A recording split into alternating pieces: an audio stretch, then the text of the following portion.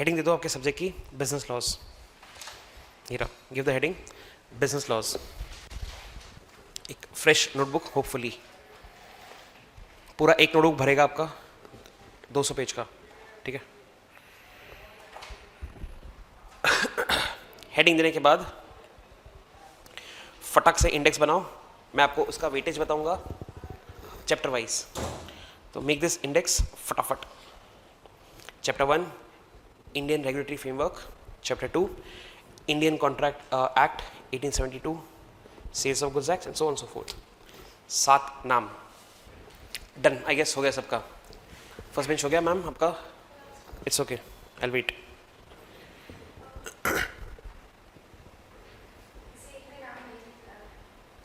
किसका बाकी है? आई थिंक ये भैया बाद में इसका बाकी होगा।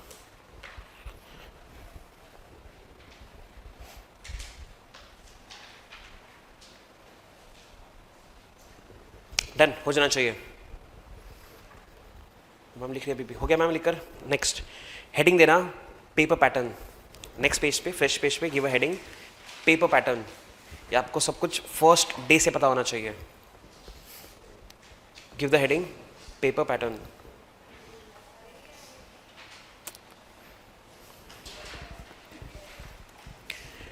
आपके पास बेसिकली एग्जाम के अंदर 6 क्वेश्चंस आएंगे, मैं आपको बताता हूँ किस तरह से। यहाँ लिखता हूँ क्वेश्चन नंबर का ए पार्ट होगा, बी पार्ट होगा और सी पार्ट होगा, ठीक है। हर क्वेश्चन के 3 पार्ट्स होंगे, टोटल 6 क्वेश्चंस होंगे। हम लिखते हैं यहाँ पे क्वेश्चन नंबर 1। चैप्टर कौन सा सर? शॉर्ट में लिखेंगे इंडियन कॉन्ट्रैक्ट एक्ट, साथ में कॉपी कर सकते हो आप। इंडियन कॉन्ट्रैक्ट एक्ट, बाजू में लिखा मैंने 7 मार्क्स। नेक्स्ट कंपनीज एक्ट से 7 मार्क्स।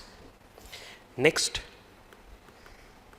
पार्टनरशिप से 6 मार्क्स। साथ साथ में कॉपी कर सकते हैं।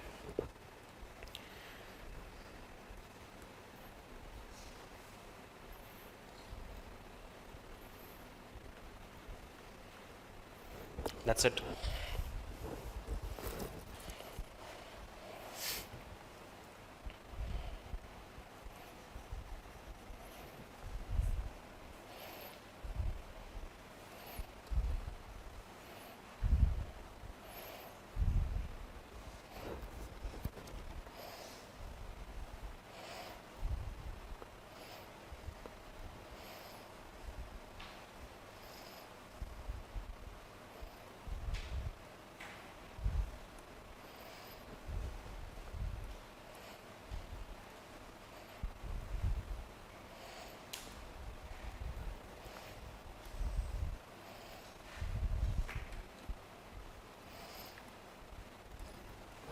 चीज़ों को ऑब्जर्व करना जो मैं आपको बताने की ट्राई कर रहा हूँ।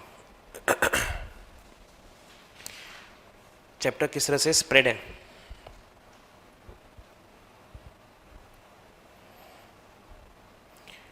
कलर स्कीम से आपको आइडिया आ जाना चाहिए।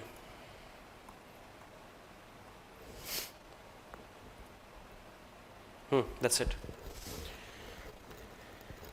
ऑब्जर्व करने की चीज़, हमको यहाँ से वेटेज पता पड़ जाएगा चैप्टर वाइज। तो आपने जो फर्स्ट पेज पे इंडेक्स बनाया, वहाँ पे जाके हम बाजू में वेटेज लिख देंगे बाद में। ऑब्जर्व करते हैं। Late me start with contract act. हम टोटल करते हैं उसका एक बार। क्वेश्चन 1 का ए 7 मार्क्स, क्वेश्चन 3 का सी 6 मार्क्स, क्वेश्चन 4 का ए 7 मार्क्स, क्वेश्चन 5 का सी 6 मार्क्स, क्वेश्चन 6 का बी 6 मार्क्स। टोटल करो कितना आता है? 32। तो मैं फटाक से वापस फर्स्ट पेज पे जाऊंगा और कॉन्ट्रैक्ट एक्ट के सामने लिख दूंगा 32 मार्क्स।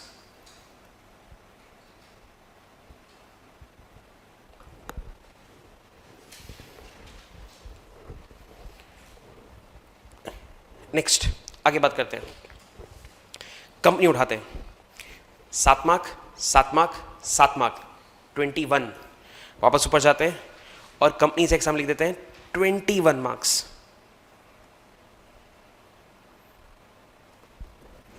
ओके, वापस नीचे आते हैं। पार्टनरशिप की बात करते हैं। 7 + 7 + 6 20। तो मैं वापस ऊपर आया और पार्टनरशिप के सामने लिख दिया 20 मार्क्स। Okay, good enough. नीचे आते हैं, आपको मिलेगा next chapter sales of goods act, सोगा। 7 7 7 21। तो सेल्स ऑफ गुड्स एक्ट सामने लिखा मैंने 21 मार्क्स। ओके, ये फिक्स है, यही होगा हमेशा। फिर आते हैं अपन एलएलबी के ऊपर। आई can C just one single question from the chapter which is carrying 6 marks. And same with regulatory framework, सिर्फ एक क्वेश्चन आएगा एग्जाम में, अगेन वर्थ 6 मार्क्स। गलती से आपका मैथ्स अच्छा है अगर, तो टोटल करिएगा सबका, इट शुड बी 120। सबका टोटल करेंगे, नेगोशिएबल बचा ना, नेगोशिएबल 7 and 7 14, ठीक है। सबका टोटल करिए, 120 आना चाहिए hopefully. I will wait.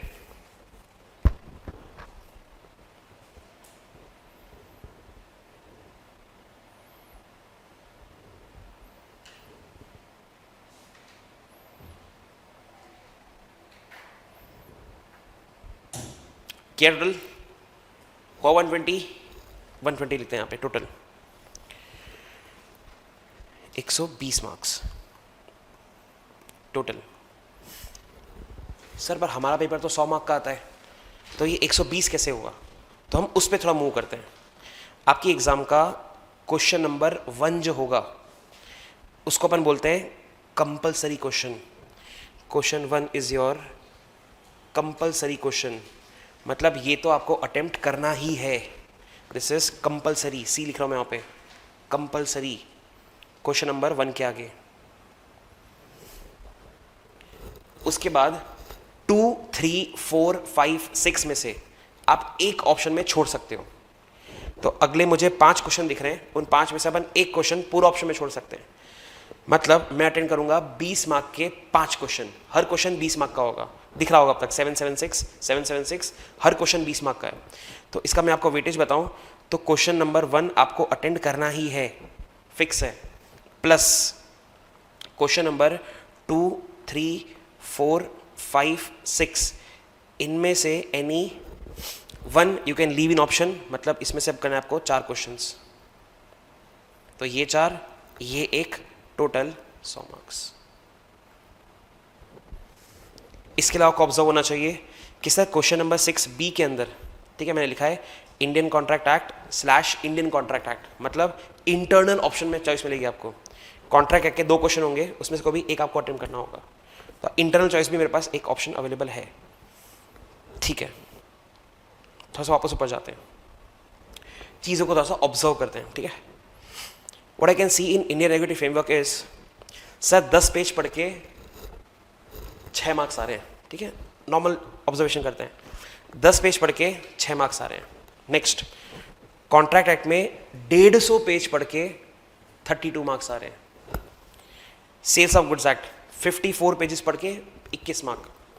Partnership 40 page पढ़ के 20 मार्क्स। एलएलपी 13 पेज पढ़ के 6 मार्क्स। कंपनीज में 34 पढ़ के 21 मार्क्स। एंड लास्ट में नेगोशिएशन में 19 पेज पढ़ के 14 मार्क। पहली बार ऑब्जर्व करके आपको ऐसा लगेगा कि सर ये चैप्टर बहुत दर्दनाक लगा। वेटेज 32 मार्क्स है, पर उसके लिए मुझे पढ़ने पड़ेंगे 150 पेज। सर ऑप्शन में छोड़ दे क्या अपन?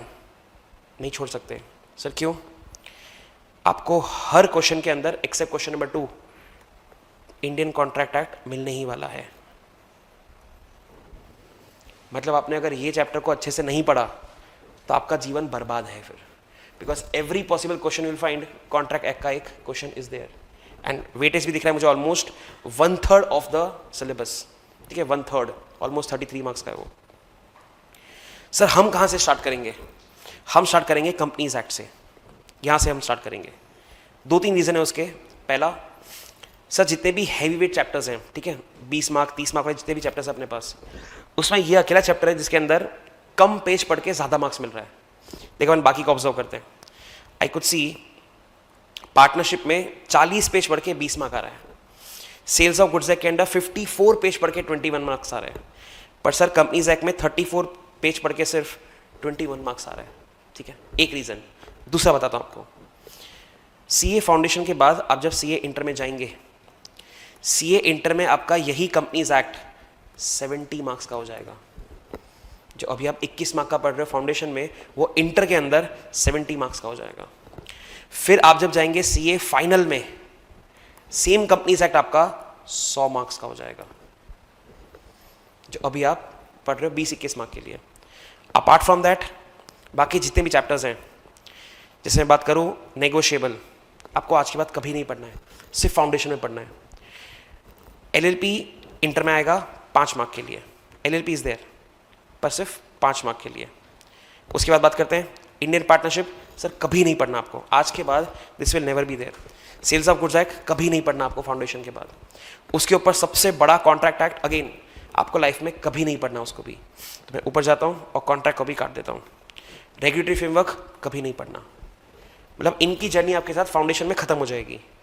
2 चैप्टर आपके साथ आगे बढ़ेंगे, which is companies and LLP, ये 2 आपके साथ आगे तक हैं। उसके अंदर भी आपको दिख रहा है कंपनीज एक्ट, तो आपको सीए फाइनल तक है। ये आपको मैंने दूसरा रीजन दिया to start with companies act, कि सर अगर हमारा बेस स्ट्रांग होगा तो इंटर फाइनल हमारा बहुत अच्छा स्मूथ जाएगा। तीसरा रीजन देता हूँ आखिरी, sir companies act compulsory question में भी है, जिसको मैं ऑप्शन में छोड़ ही नहीं सकता, this will be there in compulsory question. तो मैं आपको तीसरा रीजन दे रहा हूँ why to start with companies act, ठीक है। सो हम स्टार्ट करेंगे कंपनीज एक्ट से, धीरे धीरे फिर देखते हैं कोई भी चैप्टर में स्टार्ट कर देंगे। ओके, ये आपका सब्जेक्ट का और पेपर का इंट्रोडक्शन हो गया कि हमारे पास कौन से चैप्टर्स हैं, उनका क्या वेटेज है, हमारा पेपर पैटर्न क्या है।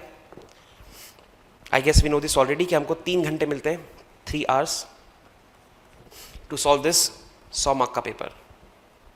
आपका एग्जाम का टाइम होता है 2 PM टू 5 PM, ठीक है, 3 घंटे आपको मिलते हैं।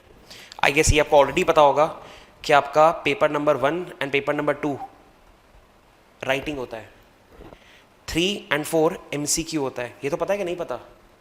ये पता होना चाहिए, ठीक है। This is your accounts writing 3 घंटे का, this is your law paper number 2 लिखने का, अगेन 100 मार्क का, and both these are MCQs, ठीक है। थोड़ा और बात करते हैं। अगर कोई बच्चा सीए फाउंडेशन में फेल होता है अगर, तो उसके सिर्फ 2 रीजंस होते हैं, एक paper number 2 which is basically law, और एक paper number 3 which is basically maths. इसके अलावा बच्चा सीए फाउंडेशन में फेल नहीं होता है, और अगर होता है तो बहुत दर्द की बात है। या मुझे एक बात बताओ, अकाउंट्स में कैसे फेल हो सकते हैं? आपने 11th में पढ़ा, आपने 12th में पढ़ा, सीए फाइनल तक आपको अकाउंट्स पढ़ना है, और सीए बनने के बाद भी अकाउंट्स ही तो करना है, तो अकाउंट्स में कैसे फेल हो सकते हैं? Never ever. इको, मैं इसको छपरी मानता हूँ to be very honest. Micro, macro, demand, supply, national income, बकवासी तो ये सब नहीं फेल हो सकते, ऑनेस्टली बोल रहा हूँ। तो accounts and eco you can not fail. The only possible subjects to fail is maths and law. Law में फेल होने का रीज़न लैंग्वेज, मेरे हिसाब से आप पहली बार लॉ को पढ़ने वाले हो, ठीक है। Language is difficult and syllabus is vast. Maths की बात करूं, मेरा खुद का मैथ्स बर्बाद था। मतलब जब मैं आपकी एज का था, मतलब आज से 12 साल पहले बोल रहा हूँ मैं, जब मैं आपकी एज का था, हमारे टाइम पे there used to be called something called CPT, जिसको अपन सीए फाउंडेशन बोलते हैं। उस टाइम पे CPT था, कॉमन प्रोफिशिएंसी टेस्ट, ऐसा कुछ होता था। It used to be of 200 marks, full MCQ। मैंने बिना पढ़े दिया था, आई गॉट 109, ठीक, एकदम बर्बाद मार्क्स थे मेरे। इसमें आपको 200 मार्क का मैं ब्रेकअप बताऊं अगर, तो 2 ब्रेकअप थे, एक अकाउंट्स प्लस इको, दूसरा मैथ्स प्लस लॉ। ये वाला जो चंक है ना, मैथ्स प्लस लॉ वाला, इसके अंदर मेरा स्कोर था 44, मैथ्स प्लस लॉ के अंदर। उस 44 का मैं आपको फर्दर ब्रेकअप बताता हूं। लॉ के अंदर 40 में से 40, मतलब मैथ्स में 4 मार्क्स, आउट ऑफ कितना सर? 60। तो मैथ्स तो मेरा खुद का ही बर्बाद है, तो मैं आपको क्या ही बोलूँगा। लॉ में आई हेड फुल 40 में से 40। तो मैथ्स ठीक है, आपको बहुत प्रैक्टिस करना पड़ेगा। लॉ मेरे ऊपर है, ठीक है, हटा दें इसको। मेरे बारे में बात करता हूँ। नाम आपने मेरा नहीं सुना होना चाहिए, CA विश्वनाथ शर्मा। अगर आप मिठी बाई कॉलेज में तो मैं आपको मिलूँगा वहाँ पे। अगर आप नरसिंह मोंजी कॉलेज में हैं तो मिलूँगा मैं आपको। आप ICI का जो BKC में सेंटर है वहाँ पे कोई लेक्चर लेंगे, मैं मिलूँगा आपको। और मैं आपको PM में मिलूँगा। ये जगह पे you will basically find me. मैं यहाँ पे 7 साल से इधर काम कर रहा हूँ, ठीक है। सिर्फ एक सब्जेक्ट आता है मेरे को लाइफ में, दैट इज़ लॉ। उसके अलावा मुझे जेन्यूनली कुछ नहीं आता। I only know one subject which is law. और वो मुझे इतना अच्छा आता है कि मैं आपको पास करवा दूंगा, दैट इज़ माई गारंटी। एक कॉमन क्वेश्चन के ऊपर आते हैं जो बच्चों को जनरली डाउट होता है at your level, which is basically कि सर ये लॉ के अंदर, इसमें ओपन करूँ रैंडमली कोई भी पेज, मैंने पेज ओपन करा, ठीक है, इस पर मुझे कुछ सेक्शन नंबर्स दिख रहे हैं। तो सर क्या फाउंडेशन लेवल पे हमको सेक्शन नंबर याद करना होता है कि नहीं करना होता? This is the very first question जो आपके दिमाग में आएगा। आपको बाकी क्लासेस में ऐसा बोला जाएगा दैट फाउंडेशन लेवल पे section numbers are not important, आपको ऐसा बोला जाएगा। गलत नहीं है, वो लोग सही बोल रहे हैं कि फाउंडेशन लेवल पे सेक्शन नंबर याद करना इज़ नॉट वेरी इंपॉर्टेंट। मैं ऐसा मानता हूँ कि सर आपका फाउंडेशन का जो रिजल्ट आता है इट इज़ अराउंड 20%। इसका मतलब क्या हुआ कि सर अगर 100 बच्चे एग्ज़ाम दे रहे हैं तो उसमें से 20 बच्चे पास होंगे। दैट बेसिकली मीन्स 80 लोग फेल होंगे। This is harsh reality. अगर मैं इस परसेंटेज को यहाँ पे क्लास में लगाऊँ तो अगर हम यहाँ पे बेसिकली 8 जन बैठे हुए हैं, 8 में से 20% बच्चे, कितना होता है, राउंड फिगर करके 2 कर दें, 2 बच्चे पास होंगे, मतलब 6 बच्चे फेल होंगे। This is harsh reality. मैं फर्स्ट डे पे ही बोल रहा हूँ, आपको ऐसे कोई अच्छी अच्छी बातें नहीं करूँगा, हाँ पास हो जाएंगे ये हो जाएगा, नहीं, आपको मेहनत करनी पड़ेगी। हम ऑब्वियसली ट्राई करेंगे कि हमारे क्लास में ऑब्वियसली 8 में से 8 पास हो जाएं, बट इंस्टीट्यूट का result is 20%। Now imagine yourself to be a paper checker, कि मेरे सामने 2 कॉपीज पड़ी है बच्चों की CA फाउंडेशन की और मैं उसको चेक कर रहा हूँ। एक जन ने लिखा हुआ है as per relevant provision of companies act dash dash dash dash, और एक बच्चे ने लिखा हुआ है as per section 3 of companies act dash dash dash dash. अगर मुझे 100 में से 20 को ही पास करना है तो ऑब्वियसली से सेक्शन नंबर लिखा है, मैं उसको सिलेक्ट करूंगा कंपेयर टू द वन जिसने सेक्शन नंबर नहीं लिखा, क्योंकि मेरे को तो भाई 10 में से 2 ही पास करने हैं। तो 10 में से 2 पास करने के लिए मैं उन 2 को सिलेक्ट करूंगा जिन्होंने सेक्शन नंबर लिखा है, जिनका लिखने का स्टाइल अच्छा है, प्रोफेशनल तरीके से लिखा हुआ है। तो हेंस हमारे क्लास के अंदर वी हैपन टू ट्राई कि हम सारे सेक्शन नंबर्स याद करें, ऑल ऑफ देम, ठीक है। एंड वो over the period of time हो जाएगा। आपको आज फर्स्ट क्लास में पता पड़ जाएगा कि it is very easy to remember sections, ठीक है।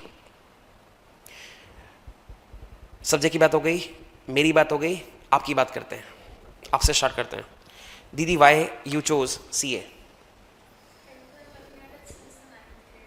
Okay, and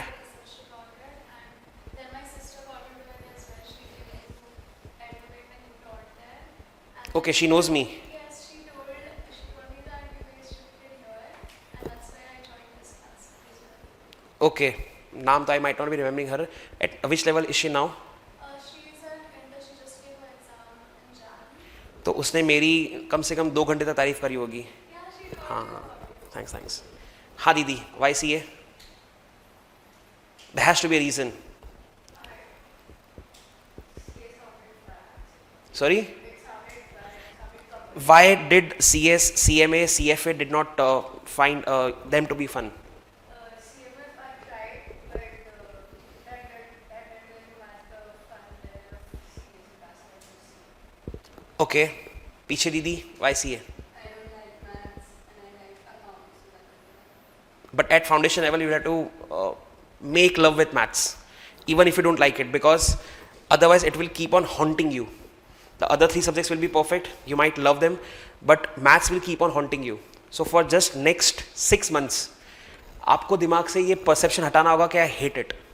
You may say it like this कि I don't like it, but it should not be I hate it, because it will keep on haunting you. पीछे दीदी, why CA? Accounts पसंद था, ठीक है। Yes sir. Wow, कितने साल से? नाइस। मैं भी CA में से घुसा बिकॉज मेरा माई बैक बॉस CA, मेरे को घुसा दिया CA, मुझे नहीं करना था CA। हाँ sir.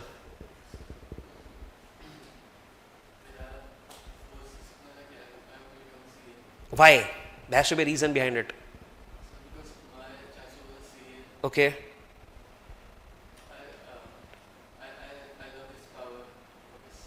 Signature. Okay. Yes, sir. Half of the family background is into CA. Wow. Have they qualified or they are still doing, your brothers and sisters? Qualified. Wow. पीछे सर?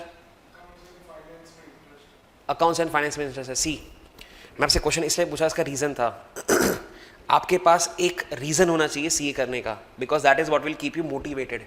आपने ऐसे ही करने के लिए कर लिया, नहीं होगा. एक पॉइंट ऑफ टाइम ऐसा आएगा जब आपको चीज़ें थोड़ी सी हार्ड लगेगी, out of your comfort zone लगेगा. जैसे आपके पास ऑप्शन होगा कभी रात को 8 बजे कि दोस्त के साथ मूवी देखने जाऊँ या कल के टेस्ट की प्रिपेयर करूँ. उस time you will have a decision to make, और उस time your decision should be यार मैं कल के टेस्ट का पढ़ लेता हूँ. वो कब होगा? When you have a reason of doing this CA. तो लाइक शी सेड कि उसकी सिस्टर ने करा है तो वो भी कर रही है. उसने बोला कि C is fun, let's see how till how long it is fun, let's see. जो भी है, you need to have a reason sir. That reason has to be a motivation. मेरा मोटिवेशन कुछ नहीं था. My father was a CA. उन्होंने मुझे बोला कि आपको सीए करना है. और जब मैं आपकी एज का था, हमारी जनरेशन आपकी जेनजी जैसी नहीं थी कि पापा को लेके नहीं पापा नहीं करना, I will explore my interests and I will wait for my calling and let's see. हमारे पापा बेल्ट से मारते थे. बेल्ट, झाड़ू, चप्पल मैंने सब खाया हुआ है. और हमारे टाइम पे जो पापा मम्मी ने बोला वही करना होता था. एंड बिना मोटिवेशन के साथ I enter into this and that is why marks 109. बिना पढ़े दिया था, लेजिट बिना पढ़े. मैथ्स आता था थोड़ा बहुत, अकाउंट्स 11th में कर रहे थे. लॉ एग्जाम के 2 दिन पहले पढ़ के मज़ा आया मेरे को बहुत. अभी भी लॉ पढ़ा रहा हूँ, 7 साल हो गए वो लॉ पढ़ाते पढ़ाते. वाई? बिकॉज जब मैंने पहली बार पढ़ा था मुझे पहले ही प्यार हो गया था उससे, तो मैं अभी भी वही कर रहा हूँ. एंड इको तो लाइक आई सेड छपरी, टू बी वेरी ऑनेस्ट. वो पास कर लिया. फिर आए सीए इंटर के अंदर. अगेन सेम आपका वो परसेप्शन कि हाँ ठीक है पढ़ लेंगे हो जाएगा. फिर मैंने एक मॉक टेस्ट पेपर दिया क्लासेस के अंदर. Out of 70 marks I scored 3 and I realized कि ऐसे तो पास नहीं होगा. फिर मैंने खुद से इंट्रोस्पेक्शन करके आई रियलाइज्ड कि यार बाकी लोग, बाकी फ्रेंड्स बहुत ज़्यादा मेहनत कर रहे हैं, और जो एक बार फेल हो जाता है ना वो उस लूप में फंस जाता है. अटेम्प्ट जानते होंगे आप सीनियर्स को अपने शायद, ठीक है, वो एंडलेस लूप होता है, आप फंस जाते हो उसके अंदर. एंड देन आई डिसाइडेड कि नहीं यार, I need to work on it. Motivation सिर्फ 2, एक पैसा, दूसरा रिकग्निशन. आप मेरी बात मत मानना, आप खुद से इसको एनालाइज करना.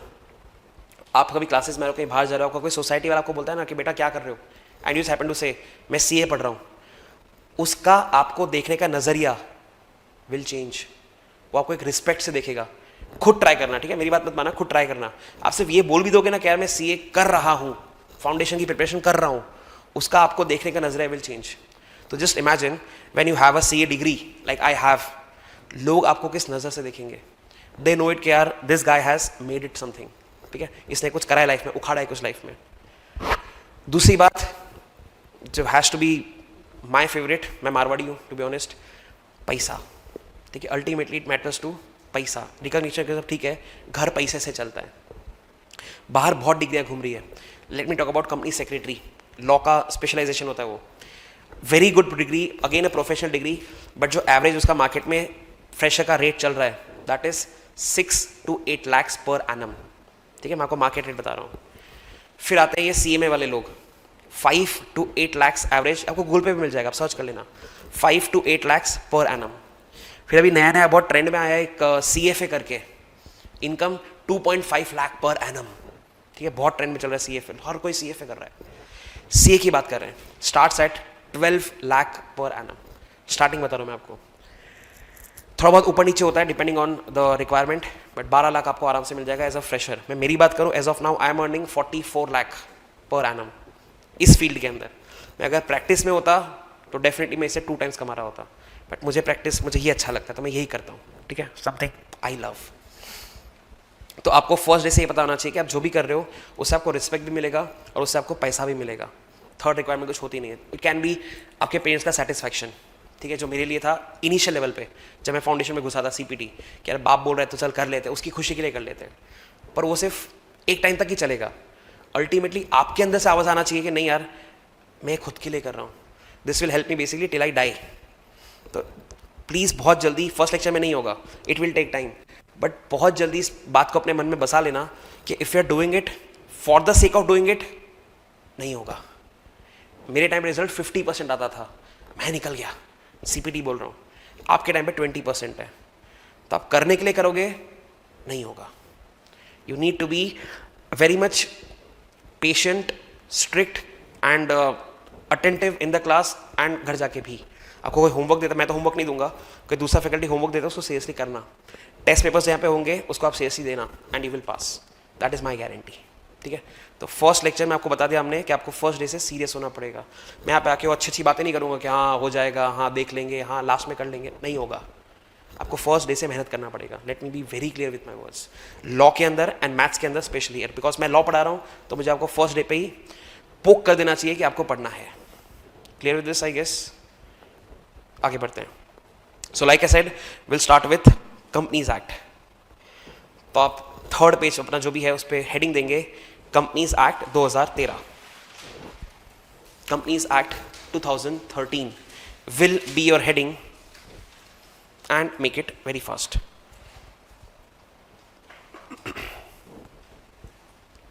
The very first chapter that we are starting with, Companies Act 2013. इसके अंदर डाइव इन करते हैं. जैसा मैं 10 मिनट पहले बोल रहा था कि सर अनलाइक अदर क्लासेस हम सेक्शन नंबर याद करेंगे.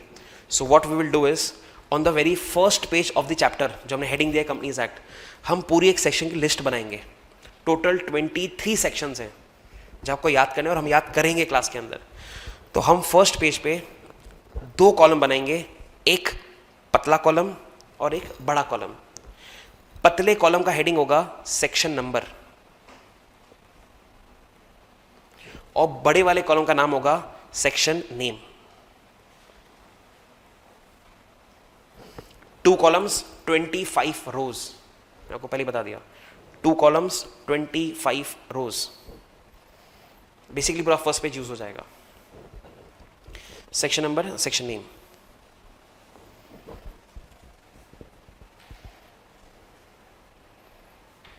डन. एक एक करके स्टार्ट करते हैं. सबसे पहले हम लिख रहे हैं 2 ब्रैकेट में 6. इसको रीड किया जाता है एज 2 क्लॉज 6 जो हमारा पहला सेक्शन है. सामने हम नाम लिखेंगे उसके एसोसिएट कंपनी. नंबर नाम ऐसा हम लिस्ट बना रहे हैं पूरा, बिकॉज यही चीज़ बुक में 34 पेजेस में स्प्रेडेड है. तो it will not make any sense कि मैं एग्जाम के दिन पे सब सेक्शन नंबर ढूंढ रहा हूँ. नहीं भाई, अपने पास पूरा पहले फर्स्ट पेज पे रेडी है, तो रिवाइज करने में it will be so helpful for us before exams. Next पे आते हैं 2 क्लॉज 20 कंपनी.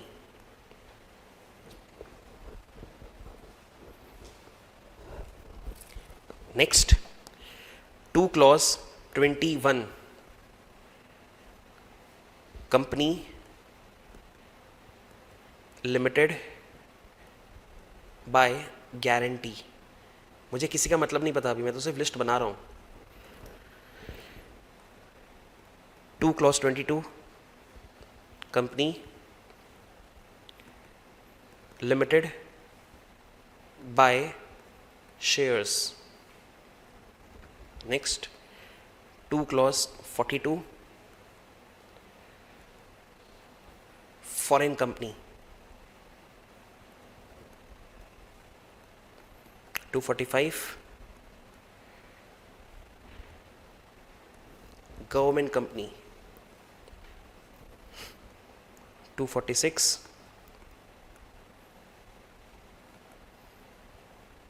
Holding company. जल्दी जल्दी लिखना.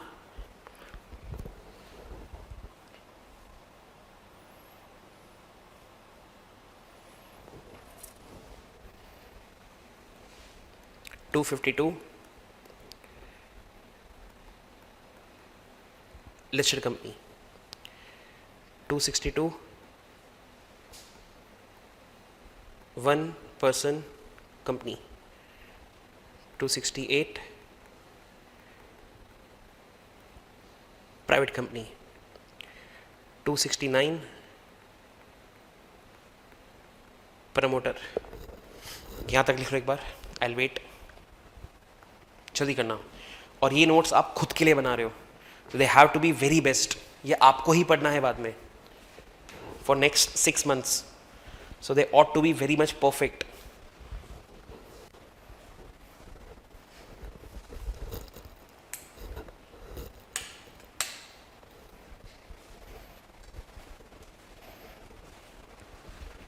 आगे 3 और बचे 2 के अंदर, फटाक से लिख लेते हैं. 271 public company. 272 public financial institution. 285 small company. Second last 287 subsidiary company. 2 के अंदर आखिरी unlimited liability company. Section 2 is over.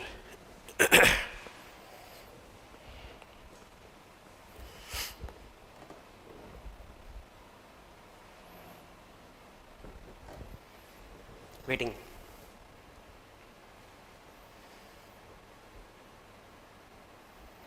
आराम से, कोई जल्दी नहीं मुझे.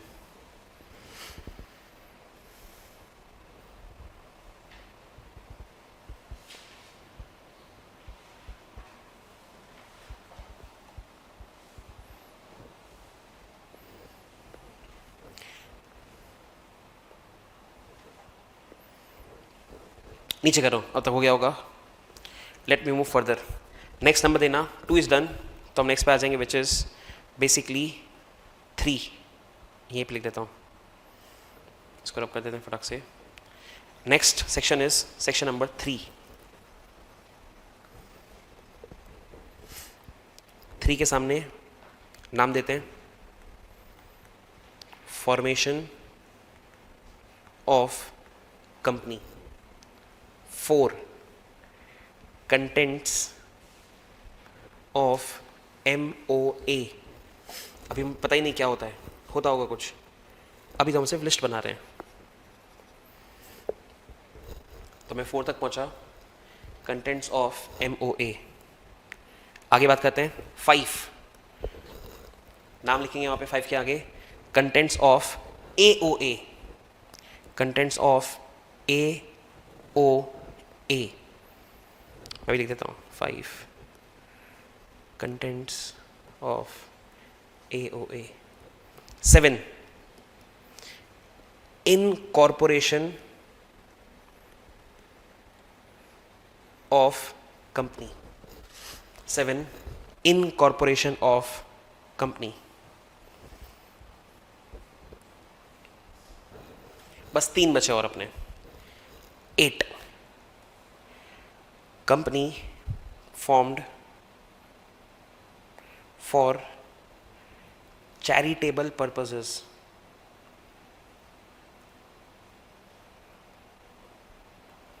Second last 9. 9 के सामने उसका नाम लिखेंगे. Effects of registration. मैं लिखता हूं के साथ 9 effects of registration. Finally the last one. 9 से अपन जाएंगे सीधा जंप करके 455 पे. तो नेक्स्ट सेक्शन आपका होगा 455. सामने नाम dormant company. That's it. Count करना एक बार लिख लिया तो टोटल 23 होने चाहिए सर, होपफुली. अगर 23 नहीं तो मैंने शायद कोई मिस कर दिया फिर बोलने में. देखो कितना हो रहा है. हैज टू बी 23 मेरे हिसाब से. Is it 23 has to be. आपने जो लिखा है उसका मतलब आपको नहीं पता. हमने तो अभी सिर्फ एक लिस्ट बनाई है. फटाक से एक बार मैं रिकॉल कर देता हूँ. इनके साथ आपने कुछ मिस करा तो उसको आप कंप्लीट कर लेना. The whole list of section जो मैंने लिखा अभी आपके सामने आपके साथ लिखा, उसमें फटाक से एक बार रिपीट कर देता हूँ, ठीक है। रिकंसिडर करना है, आपने कुछ भी मिस ना कराओ। 2 clause 6 associate company, 2 clause 20 company, 221 company limited by guarantee, 222 company limited by shares, 242 foreign company, 245 government company, 246 holding company, 252 listed company, 262 1% company, 268 private company, 269 promoter, 271 public company, 270 का सीधा आ जाएगा 272 public financial institution, 285 small company, 287 subsidiary company, 292 unlimited liability company। फिर आपने लिखा सीधा section number 3 which is basically formation of a company। 4 लिखा आपने contents of MOA, फिर आपने 5 लिखा contents of AOA, फिर आपने 7 लिखा incorporation of a company, फिर आपने 8 लिखा company form with charitable objects and फिर आपने 9 लिखा effects of relation, 455 लिखा dormant company। ये आपने लिखा अभी और आपको याद करना है बाद में, एकदम से नहीं होगा, धीरे धीरे जैसे जैसे लॉजिक पता पड़ेंगे वैसे वैसे याद हो जाएगा, ठीक है। Let me start with the very first section of your life which is basically company का definition. The very first definition of your life obviously has to be company का डेफिनेशन, बिकॉज हम कंपनीज एक्ट पढ़ रहे हैं, ठीक है। Start करने से पहले आपको जो लिस्ट लिखाई मैंने उसमें सेक्शन नंबर 2 को ऑब्जर्व करना, सिर्फ सेक्शन नंबर 2 बोल रहा हूँ। जिस तरह से लिखा हुआ है आपको कुछ ऑब्जर्व होता है? आप में अगर थोड़ा सा शेरलॉक होम्स है डिटेक्टिव, तो क्या आपको सेक्शन नंबर 2 पढ़ के कुछ ऑब्जर्व हो रहा है? The way they have been written, very good, the answer is right. Sir आपको दिखेगा वो अल्फाबेटिकल ऑर्डर के अंदर लिखा हुआ, बता दो कैसे। 42, 45, 46 को ऑब्जर्व करना and you will find FGH, foreign company, फिर गवर्नमेंट कंपनी, फिर होल्डिंग कंपनी। 20, 21, 22 को ऑब्जर्व करना, तीनों में कंपनी कॉमन है। फिर 21, 22 के अंदर कंपनी लिमिटेड बाय कॉमन है, पर क्योंकि पहले G आता है और बाद में S आता है तो गारंटी वाला ऊपर है, शेयर्स वाला नीचे है। ये आपको अब तक ऑब्जर्व होना चाहिए। ये सिर्फ सेक्शन नंबर 2 की बात कर रहा हूँ मैं, एंड लास्ट वाला U से स्टार्ट हो रहा है, ठीक है। तो it is arranged in alphabetical order, मैं सिर्फ सेक्शन नंबर 2 की बात कर रहा हूँ, ठीक है। The very first definition that will start with is 2 clause 20 obviously. Sir why obviously? Because हम कंपनीज एक्ट पढ़ रहे हैं तो मुझे ऑब्वियसली पता होना चाहिए कि कंपनी का डेफिनेशन क्या होता है। मैं लिखता हूँ एक बार आपके लिए, बाद में उसको हम याद करते हैं, ठीक है। पहले हम लॉजिक समझेंगे फिर उसको याद करेंगे। तो जस्ट राइट, बाद में लिखना, पहले सुन लो, मैं आपको लिखने का टाइम दूंगा अच्छा खासा। हम पढ़ रहे हैं 2 clause 20, the very first section of our CA journey, law. सामने डेफिनेशन ऑफ कंपनी, ठीक है। अंदर बात करते हैं sir. Definition goes like this, company means a company incorporated under this act or under any previous company law, full stop। ये word to word definition लिखी है मैंने, हमको ये वर्ड टू वर्ड आनी ही चाहिए। एग्जाम में कभी नहीं आएगा, एग्जाम में कैसे क्वेश्चन आएगा, what do you mean by company, वो बीकॉम में आता है। मैं जब मिठी बाई का पेपर सेट करता हूँ तो हम ऐसे गंदे गंदे क्वेश्चन पूछते हैं, what do you mean by company, what are advantages of company. CA में नहीं आएगा, ठीक है। बट क्योंकि हमारा बेस स्ट्रॉन्ग करना है हमें, तो हम बेसिक से पढ़ेंगे, एक एक इसको डिकोड करते हैं, ठीक है। जैसे लॉजिक पता हो तो रट्टा मारना बिकम्स वेरी इजी, पहले लॉजिक फिर रट्टा। मैं पकड़ता हूँ पहले ये वाला वर्ड विच इज इनकॉर्पोरेटेड, मतलब आई गेस सबको पता है, मैं फिर भी यहाँ पे लिख रहा हूँ। इट बेसिकली मीन्स, हिंदी में बात करें तो पैदा होना। कोई साउथ बॉम्बे साउथ दिल्ली से है तो उसके लिए to come into existence, to come into existence, ठीक है। अपन देसी आदमी, हमारे लिए तो भाई पैदा होना, ठीक है। आगे बात करते हैं। सर उसने डेफिनेशन में आगे लिखा अंडर दिस एक्ट, कितना ज़्यादा ऑब्वियस है। दिस एक्ट मतलब जो हम पढ़ रहे हैं, जो आपने हेडिंग दिया हुआ है, कंपनीज एक्ट 2013, उसने इनडायरेक्टली लिखा हुआ है। मैं आपको डायरेक्टली बता रहा हूँ कि दिस एक्ट का मतलब हुआ कंपनीज एक्ट 2013, ठीक है। 2 मिनट के ऐसा मान लेते हैं कि सर डेफिनेशन जो है वो सिर्फ यहीं तक है, दैट इज दिस एक्ट तक की डेफिनेशन है, उसके आगे कुछ लिखा हुआ नहीं है, ऐसा 2 मिनट के लिए मान लेते हैं, ठीक है। मैं एक काम करता हूँ, मैं उसको कट कर देता हूँ। सपोज ये लिखा हुआ नहीं है, सपोज सिर्फ इतना ही लिखा हुआ है कि sir company means a company incorporated under this act, full stop. तो इसका इम्प्लीकेशन क्या होता? सर इसका इम्प्लीकेशन ये होता, द कंपनीज लाइक टाटा की बात करता हूँ। टाटा पैदा हुआ था 1868 में, रियल फिगर दे रहा हूँ मैं आपको, 1868 में टाटा पैदा हुआ। टाटा क्या बोलेगा कि यार मैं कंपनीज एक्ट 2013 वाला कानून फॉलो नहीं करूँगा। हम उसको रिप्लाई करेंगे कि भाई क्यों फॉलो नहीं करेगा? टाटा बोलेगा कि मैं कंपनी नहीं हूँ। हम बोलेंगे ऐसा क्यों बोल रहा है? बोलेगा डेफिनेशन देख। डेफिनेशन बोलता है कंपनी का मतलब वो कंपनी जो पैदा हुआ कंपनीज एक्ट 2013 के अंदर। भाई मैं तो 1868 में पैदा हो गया ना, तो मैं तो डेफिनेशन को सेटिस्फाई नहीं कर रहा हूँ, कंपनी का डेफिनेशन। तो जब मैं कंपनी का डेफिनेशन सेटिस्फाई नहीं कर रहा हूँ, मैं कंपनी से क्यों मानूँ? और हम उसको कुछ भी नहीं बोल पाएंगे, कुछ भी नहीं, बिकॉज वो लॉजिकली सही बात कर रहे हैं। तो लॉ मेकर को आगे ऐड करना पड़ा, और under any previous company law. तो हम अगर आपको उसका एग्जाम्पल दें प्रीवियस कंपनी लॉ का, एक तो आपको पता ही होगा ऑब्वियसली कंपनीज एक्ट 1956, सुना होगा ना, there was something called companies act 1956, 2013 के पहले।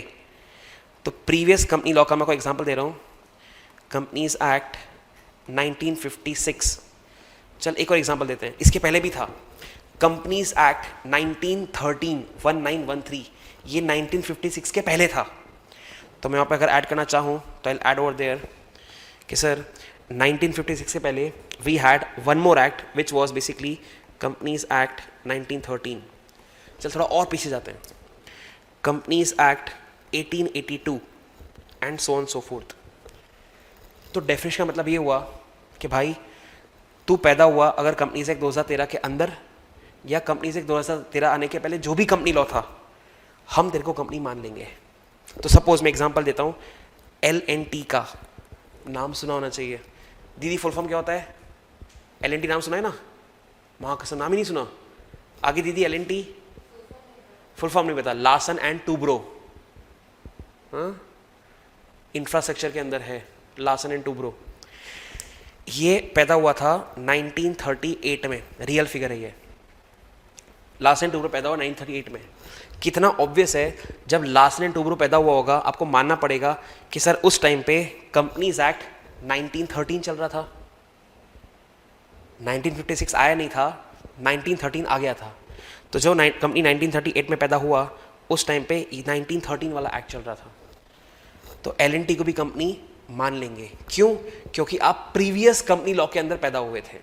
Now that previous company law can be anything, 1956, 1913, 1882 या उसके पहले का भी कोई, you will be called a company. ये लॉजिक हुआ हर एक वर्ड का जो लॉ मेकर ने लिखा हुआ है। तो मैं उसको अब अगर रट्टा मारूँ तो it become so easy for me, क्योंकि मुझे उसका लॉजिक पता है कि sir company means a company incorporated under this act or under any previous company law.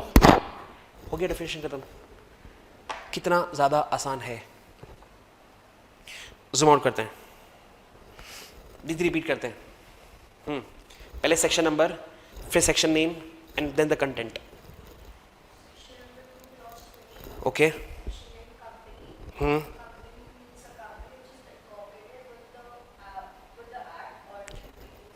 Under this act,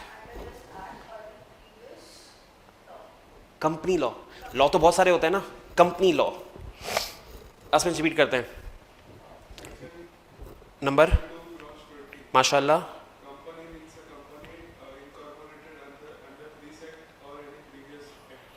previous company law, last. Yes sir, very good. Definition of company, ठीक है।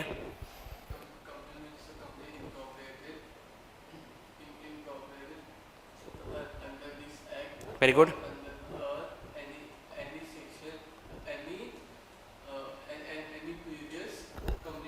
Very good sir, 100% right है। इसको एक बार अपन फटाक से book में भी देख लेते हैं। मेरे को जाना है चैप्टर नंबर 6 के अंदर, आ गया कंपनीज एक्ट। इसमें ओपन करते हैं फटाक से अपन जो हमने पढ़ा 2 क्लॉज 20। ये रहा सर, हमने आपको अभी ये पढ़ाया। Section 2 clause 20 of companies act 2013 defines the term company. आगे देख क्या लिखा हुआ है, तो जूम आउट करता हूँ मैं। It says company means a company incorporated under this act or under any previous company law. Word to word हमने यही पढ़ा सर, और वर्ड टू वर्ड हमने यही याद करा। ठीक है, इजी पीजी। कॉपी करना है ये, लिखो फिर फटक से। ये आपके सामने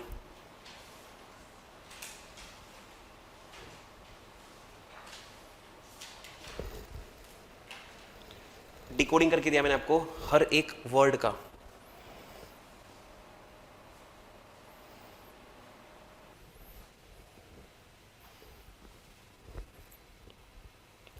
मैंने वर्ड का मीनिंग भी लिखा हुआ है। आपको लगता है आपको याद हो जाएगा, अच्छी बात है, पर आपको लिख लेना चाहिए, बिकॉज आपके पास 4 सब्जेक्ट हैं, 2000 पेज पढ़ने हैं आपको। अभी समझ में आ गया, बाद में नहीं आया तो फट जाएगी, तो बेटर है कि उसको लिख ही लो आप। आपके नोट्स आप ही पढ़ने वाले हो, कोई और नहीं पढ़ने वाला।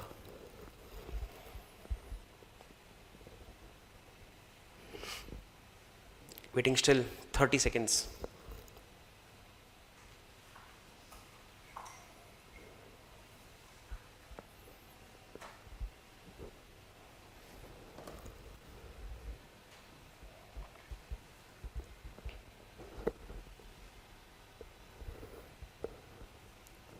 हो जाना चाहिए अब तक।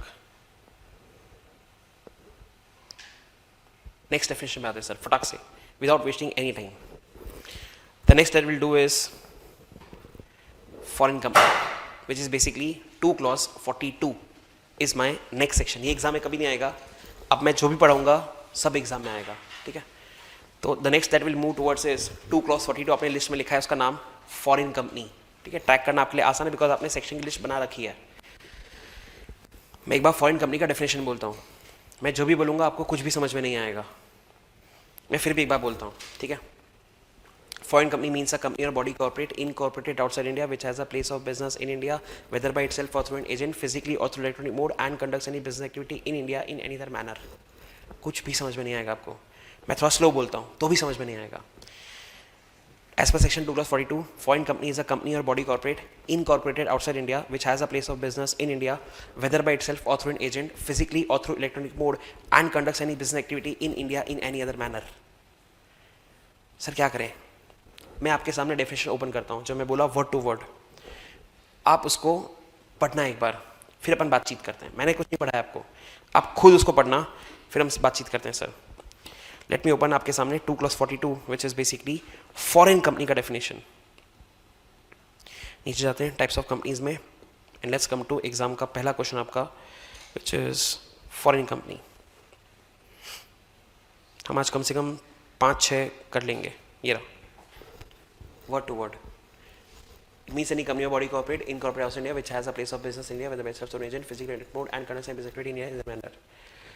मैं आपको 2 मिनट देता हूँ, कुछ लिखना नहीं है, सिर्फ रीड करना है, ऑब्जर्व करना है, फिर हम बातचीत करते हैं। सर कुछ नहीं लिखना, सिर्फ रीड करना है, ऑब्जर्व करना है, फिर हम बातचीत करते हैं 2 मिनट के बाद।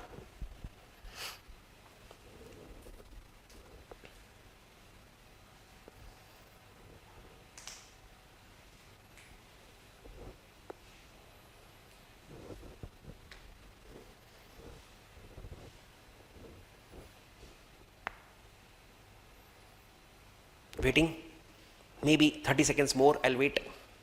कुछ नहीं लिखना, कुछ नहीं लिखना, कुछ नहीं लिखना, नहीं कुछ नहीं, सिर्फ ऑब्जर्व।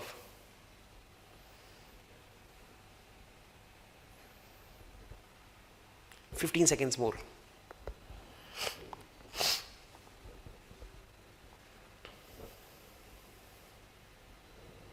डन, मैं हटा रहा हूं, अब तक पढ़ लेना चाहिए आपने। What I'll do is I'll make different cases। जो भी आपने पढ़ा based on that हम कुछ cases बनाते हैं। आप साथ साथ में कॉपी कर सकते हो, मुझे कोई दिक्कत नहीं है। What I'll do is I'll make 4 columns।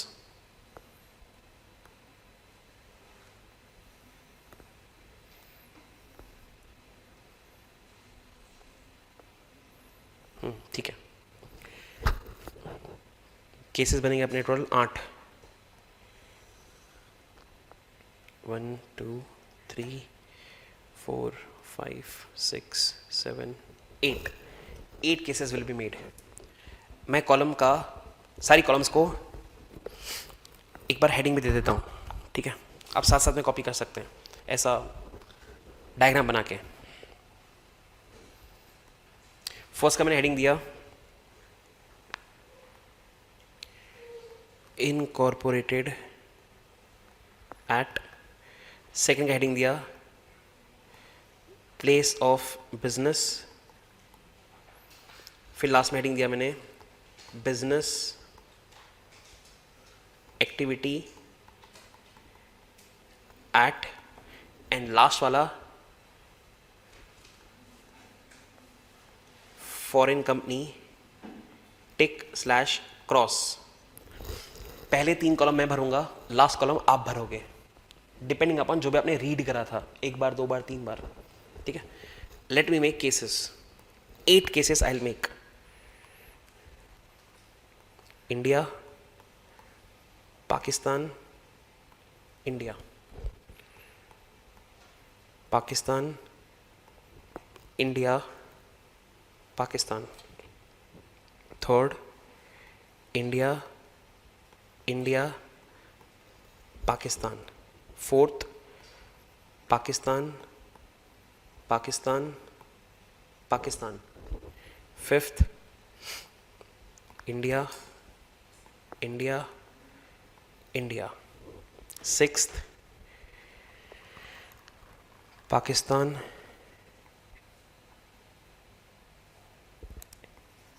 Six में चेंज करते हैं थोड़ा सा,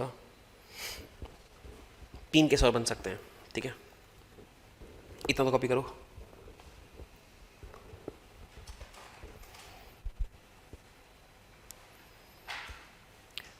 Pakistan, Pakistan, India, Pakistan, India, India. एक केस बचा अभी भी, इंडिया, पाकिस्तान, पाकिस्तान। दुनिया में 9th केस नहीं बन सकता एज पर मैथ्स, 8 ही केस बन सकते हैं।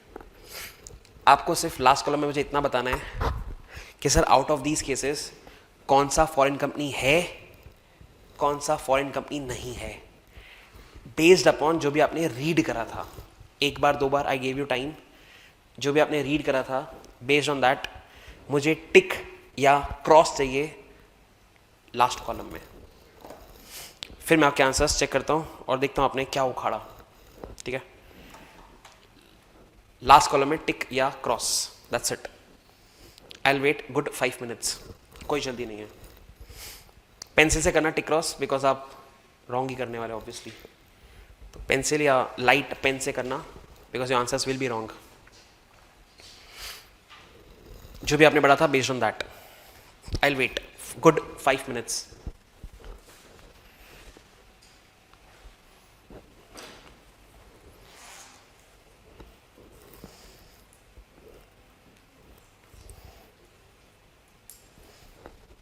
रफ ही है ना, कर ले, depending upon what you read, ठीक है? I gave you good 2 minutes to read.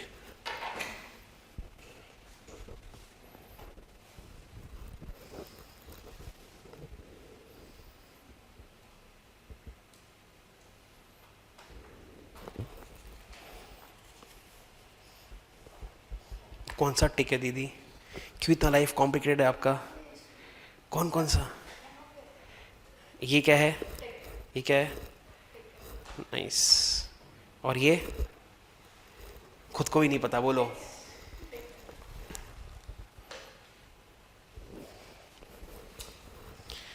Done हो गया, सबका चेक कर लिया मैंने। आई गेस मार्क्स की बात करते हैं। I guess 8 6 5 4 8 6 6 same 6। 2 जन के 8 आउट ऑफ 8 हैं। First benchers. आंसर्स राइट हैं, सिर्फ ये फॉरेन कंपनी है, बाकी कोई भी नहीं है। क्यों? That is what I need to know to learn it conceptually.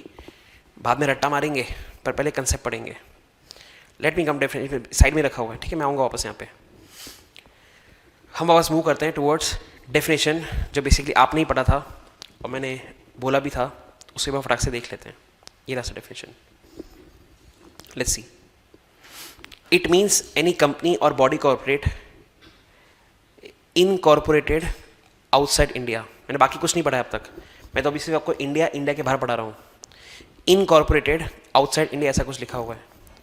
अब जैसे मैंने लिखा इनकॉर्पोरेटेड आउटसाइड इंडिया, मेरा केस नंबर 1, केस नंबर 3 जो आपने लिखा हुआ है, case 1, case 3, case 5, case 8 cross हो गया, क्योंकि वो तो इनकॉर्पोरेटेड इन इंडिया है ना। हमने फर्स्ट पॉइंट पढ़ा भी इनकॉर्पोरेटेड आउटसाइड इंडिया लिखा हुआ है सर। तो मेरा केस 1, 3, 5, 8 गलत हो गया, वो फॉरेन कंपनी नहीं हो सकता। मैं आपको लॉजिक बता रहा हूँ, आगे बढ़ते हैं। Which has a place of business in India, मतलब मेरा केस 1 तो पहले से गया हुआ था, केस 4 भी चला गया, केस नंबर 6 भी चला गया, केस 8 पहले से गया हुआ था। और सबसे बड़ा पॉइंट जहाँ पे मेजरली आपने गलती करी होगी, एंड का मतलब होता है दोनों पॉइंट सेटिस्फाई करना पड़ेगा। एंड के बाद लिखा है conducts any business activity in India.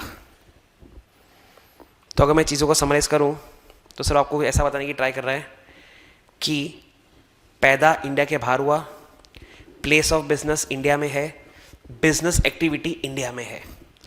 तो like we were discussing, case number 1 के अंदर इसे करता हूं मैं, दिस वेंट रॉन्ग, तो ये क्रॉस हो गया, ठीक है। साथ में अपना ये भी क्रॉस हो गया, 3, 5 क्रॉस हुआ था, 8 क्रॉस हुआ था, नाइस। तो as per the first line 4 cases cut गए। तो फॉरेन कंपनी से company of body corporate incorporated outside India. आगे बढ़ते हैं। Which has a place of business in India, first तो पहले से क्रॉस था, 4th क्रॉस हो गया sir, more over 6th cross हो गया सर, 8 तो पहले से क्रॉस था। तो कंटेंडर्स बचे अपने पास अब सिर्फ 2 and 7, ठीक है। वापस डेफिनेशन होगा बार बार जानबूझ के। Foreign company is a company a body corporate incorporated outside India which has a place of business in India. फिर आगे लिखा है कुछ तो आप बोलता है and conducts any business activity in India. तो जो केस नंबर 2 था वो भी क्रॉस हो गया। तो घूम फिर के what I am left with is just one possible case which is my case number 7, जहाँ पे I can see all the things getting true, which is incorporated outside India, place of business in India, business activity in India, and hence case number 7 ही right था। हाँ दीदी tell me where you went wrong. 6 marks है ना आपके, आपका point number 2 wrong था and आपका पॉइंट नंबर 8 रॉन्ग था इन माई ब्रेन, इज इट? हाँ, टेल मी वाई। 2 में तो एंड की वजह से रॉन्ग करा होगा आपने, और 8 में क्या रॉन्ग हो गया?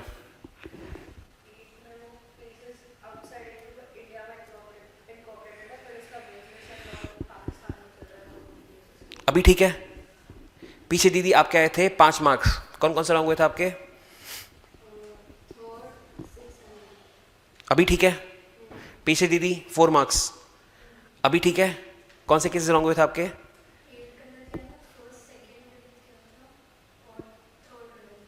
अभी ठीक है?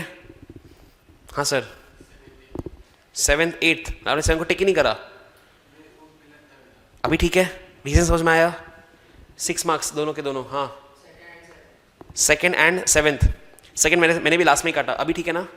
पीछे सर 2nd तो ठीक है, समझ में आया, डिफिकल्ट है। 6th ओके ठीक है, अभी ठीक है? अब देख मैं आपस डेफिनेशन पे आता हूँ, और जितना हमने समझ लिया ना उसको एक बार क्रॉस कर देता हूँ कि हमने कितना पढ़ लिया इसमें से। डेफिनेशन मत बढ़ाए। हमने इसमें सब तक कवर करा स्टार्टिंग का कि sir as per section 2+42 of companies act it means any company, हमने यहाँ तक कवर करा। आगे इनकॉर्पोरेटेड आउटसाइड इंडिया हमने कवर करा, which has a place of business in India, इतना हमने कवर करा, and conducts any business activity in India. जो जितना मैंने आपको पता पढ़ाया उतना मैंने अंडरलाइन कर दिया। अब जो मैंने नहीं पढ़ाया उस पर फोकस करते हैं, हम एक वर्ड को पकड़ेंगे। सर आगे बोलता है it means any company or body corporate. So obviously the question now is sir ये बॉडी कॉर्पोरेट क्या हुआ? शायद आपने सुना होगा इस वर्ड के बारे में, सेपरेट लीगल एंटिटी, खुद का वजूद होना, वजूद। जैसे एग्जांपल देते हैं, कंपनी के अंदर अपन पढ़ेंगे सर कंपनी अलग चीज़ है और कंपनी के मेंबर्स जो होते हैं वो अलग चीज़ है, दोनों सेपरेट पर्सन्स हैं। Same happens in LLP, LLP अलग होता है एज अ एंटिटी और उसके पार्टनर्स अलग होते हैं, दोनों एक नहीं होता है। तो हम बोलते हैं LLP is a body corporate क्योंकि उसका खुद का वजूद है, company is a body corporate क्योंकि उसका खुद का वजूद है। पार्टनरशिप ऐसा नहीं होता, पार्टनरशिप फॉर्म एंड पार्टनर्स एक ही होता है, सोल प्रोप्राइटर और सोल प्रोप्राइटर का जो मालिक है एक ही होता है।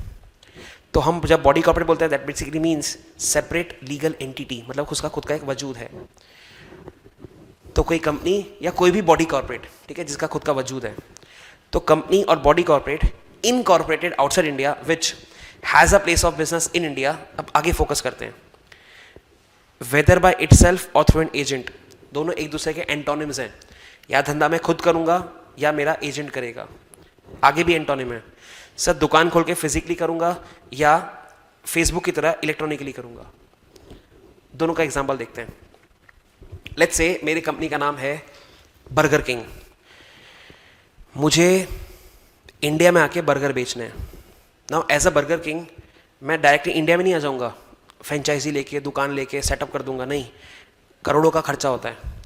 मैं पहले एज अ बर्गर किंग किसी आदमी को इंडिया में भेजूंगा, उसको जाके बोलूंगा कि इंडिया के लोगों का टेस्ट पता कर, उनके हिसाब से बर्गर बना, बर्गर बेच, अगर रिस्पॉन्स पॉजिटिव आता है तो हम आ जाएंगे।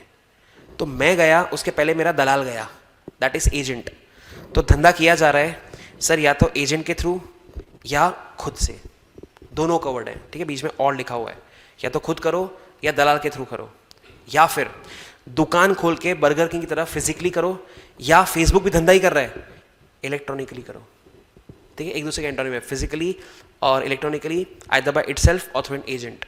आगे, and conducts any business activity in India in any other manner. अब इसका मतलब क्या सर? हाइब्रिड। एग्जांपल देते हैं, लेंस कार्ट दुकान भी है इलेक्ट्रॉनिक भी है, वेस्ट साइड दुकान भी है ऑनलाइन भी है, तो कोई भी परमिशन कॉम्बिनेशन लो, we are okay with it, and that concludes the definition. तो अगर इसको हटा दूं मैं अब और वापस बोलूं उसी स्पीड में जिस स्पीड में मैंने फर्स्ट टाइम बोला था, अब समझ में आएगा आपको। देखिए मैं बोलता हूँ, foreign company is a company or body corporate incorporated outside India which has a place of business in India whether by itself or through agent physically or through mode and conducts any business activity in India in either manner। थोड़ा समझ में आया होगा, ठीक है, थोड़ा slow करता हूँ। Foreign company is a company or body corporate incorporated outside India which has a place of business in India whether by itself or through an agent physically or through electronic mode and conducts any business activity in India in any other manner। थोड़ा slow down करा, open करता हूँ, read कर सकते हो, copy नहीं करना। Copy तो ये करना था जो हमने कर लिया। ये बेसिकली डेफिनेशन को से निचोड़ना हुआ, हर एक एलिमेंट जो उस डेफिनेशन में था हमने उसको निचोड़ दिया। दुनिया में 9th केस बन नहीं सकता है तो मैं वो भी बना देता, 8 ही केस बन सकते हैं, ठीक है, एज पर मैथ्स। तो आप चाहो तो इसको रीड कर सकते हो एक बार। I will wait maybe for 30 seconds the whole definition, waiting.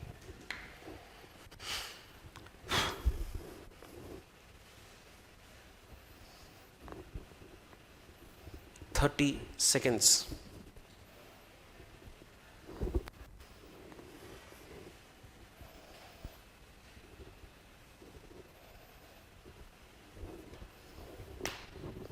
मुझे हर एक वर्ड का मतलब पता है सर, याद हो ही जाना चाहिए। 15 seconds वेटिंग स्टिल। रट्टा मार सकते हो अब, लॉजिक पता है अपन को, रट्टा मारना is very easy now.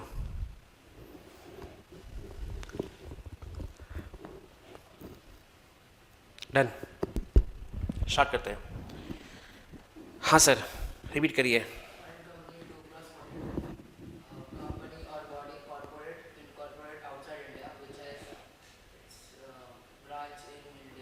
Place of business, in India by itself or any through any agent, comma, physically or through electronic mode, which conducts business in India and any other. ठीक है, एक दो words miss करें important वाले, पर मोटा मोटी ठीक है. हाँ दीदी, in the white. According to Section 2, Clause 42, foreign company is a company or body corporation which is incorporated outside India and conducts its business activities. देखिए बात समझ, पहले जगह होगी फिर धंधा होगा. तो पता है क्या बोल रही है, पहले धंधा होगा फिर जगह होगी. तो पहले प्लेस ऑफ बिजनेस आएगा ना, फिर बिजनेस एक्टिविटी आएगा. स्टार्टिंग से स्टार्ट कर. According to Section 2, Clause 42, a company is a company or body incorporated outside India जी,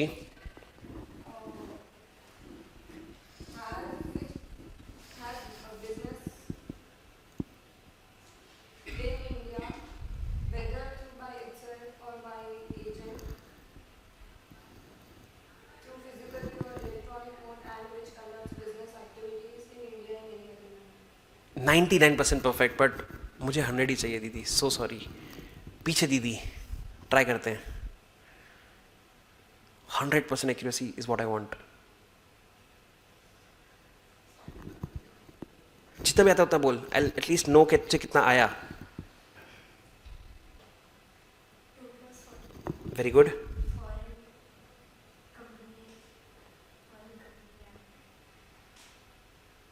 बोल बोल, गलत तो गलत क्या फर्क पड़ता है. It will take time, but ultimately आपको बोलना पड़ेगा. The fear has to go out. बार बार नीचे मत देख. You are pressurising yourself. मैं तो प्रेशर नहीं डाल रहा, मैं तो बोल रहा हूँ गलत बोल. वेटिंग. फॉरेन कंपनी इज नीचे नहीं. A company Foreign company is a company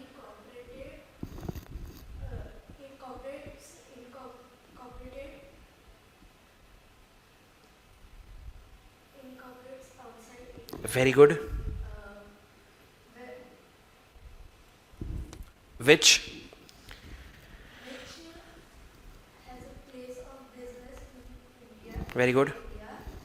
whether by itself or by an agent, very good. through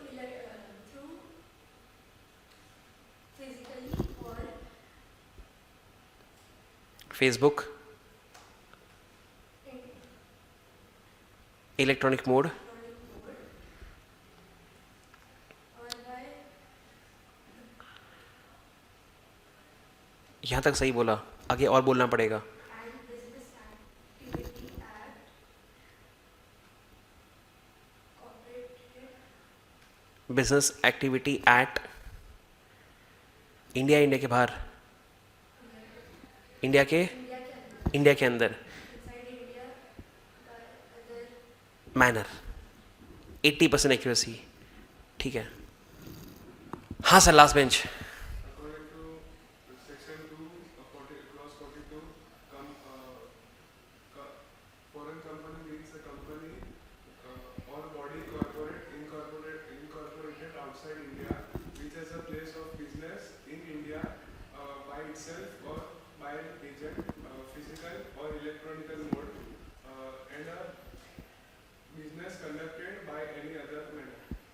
कहाँ? इंडिया, इंडिया के बाहर. In India. बोला नहीं. And conducts any business activity in India in India में. 99% accuracy अभी भी नहीं आया. हाँ दीदी, लास्ट. सांस लेंगे कि सांस नहीं लेंगे? Section 2, Clause 42, a foreign company states that a foreign company means a company or a body corporate, company or body corporate incorporated outside India, incorporated outside India, 8 out of 8. has a place of business in India physically or physically, no sorry, it has a place of business in India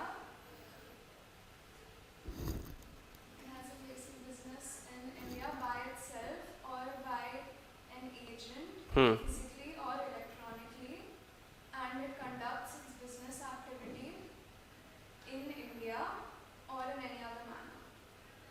ये चीज़ fast भी तो हो सकती है, इतना सोच के क्यों बोलना पड़ रहा है? We know the logics.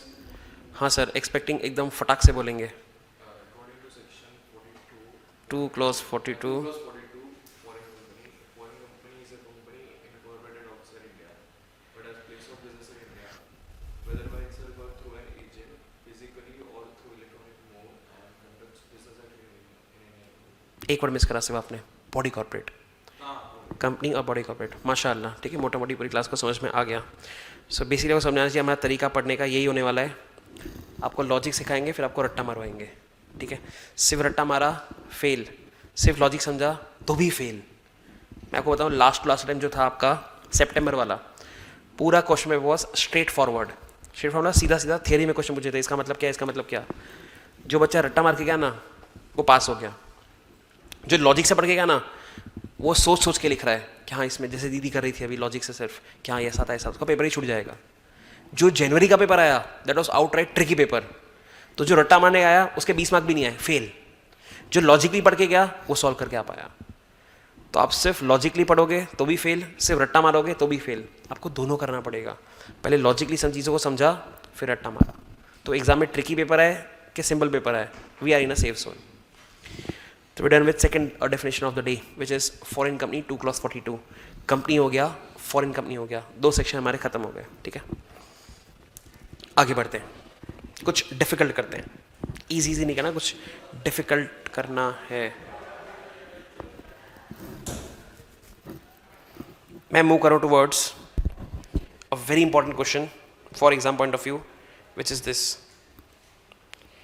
Holding and subsidiary company, super important. Almost her alternate attempt के अंदर यहाँ से क्वेश्चन आ जाता है. 4 मार्क के भी आया हुआ है, 6 मार्क का भी आया हुआ है, 7 मार्क का भी आया हुआ है. This is such a important topic, one of the most in the whole chapter. ठीक है, इसको कराने मुझे 2 घंटा लगता है. 2 डेफिनेशन बनाए मुझे 2 घंटा लगता है. मेरे पास अभी सिर्फ आधा घंटा है, तो जितना होगा आई विल ट्राई. ठीक है, एक डायग्राम की हेल्प लेते हैं. चल पहले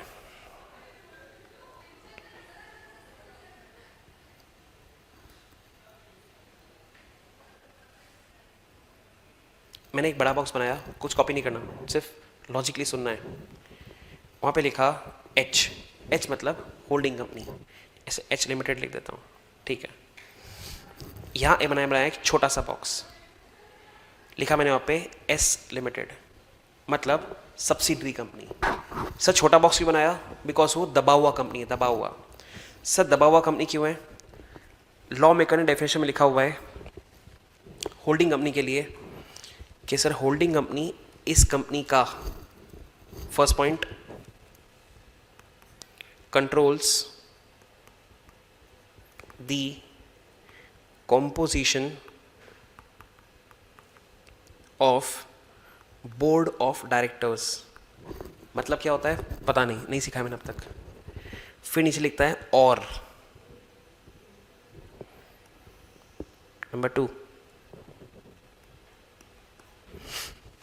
controls more than 1/2 of total voting power, either at its own or together with one or more of its subsidiaries. Full stop. ये डेफिनेशन है. सर किसका डेफिनेशन है ये? 2 clause 87 का डेफिनेशन है. मैं आपके लिए यहाँ पे लिख देता हूँ 2 clause 87. इसको समझते हैं एक एक करके. Let me start with the first point which says controls the composition of board of directors. उसका मतलब क्या होता है? सर एस लिमिटेड जो कंपनी है, लेट्स से इस कंपनी के अंदर वी हैव 5 डायरेक्टर्स, इन 5 डायरेक्टर्स को मिलके बोला जाता है बोर्ड ऑफ डायरेक्टर्स। ठीक है, हम एस की बात कर रहे हैं। एस कंपनी के डायरेक्टर्स है 5। इन 5 में से, आउट ऑफ दीज 5, इन 5 में से या तो 3 या 4 या 5 के 5 को, जूम आउट कर दूं थोड़ा सा, आउट ऑफ दीज 5, ये रे, आउट ऑफ दीज 5 या तो 3 या तो 4 या 5 के 5 को अपॉइंट या रिमूव एच करता है। मतलब एस कंपनी के डायरेक्टर्स को out of 5 that we have, या मेजोरिटी या तो 3 या 4 या 5 के 5 को अपॉइंट या रिमूव एच करता है। तो इसका मतलब क्या हुआ, कंपनी के अंदर जो भी, गेट बंद कर दो वहां से, और लॉक लगा दे, जल्दी कर।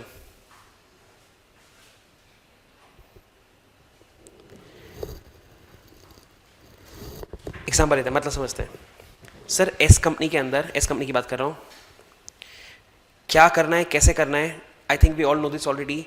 डायरेक्टर्स डिसीजन लेते हैं, ठीक, कंपनी के अंदर काम किस तरह से होगा, कैसे होगा।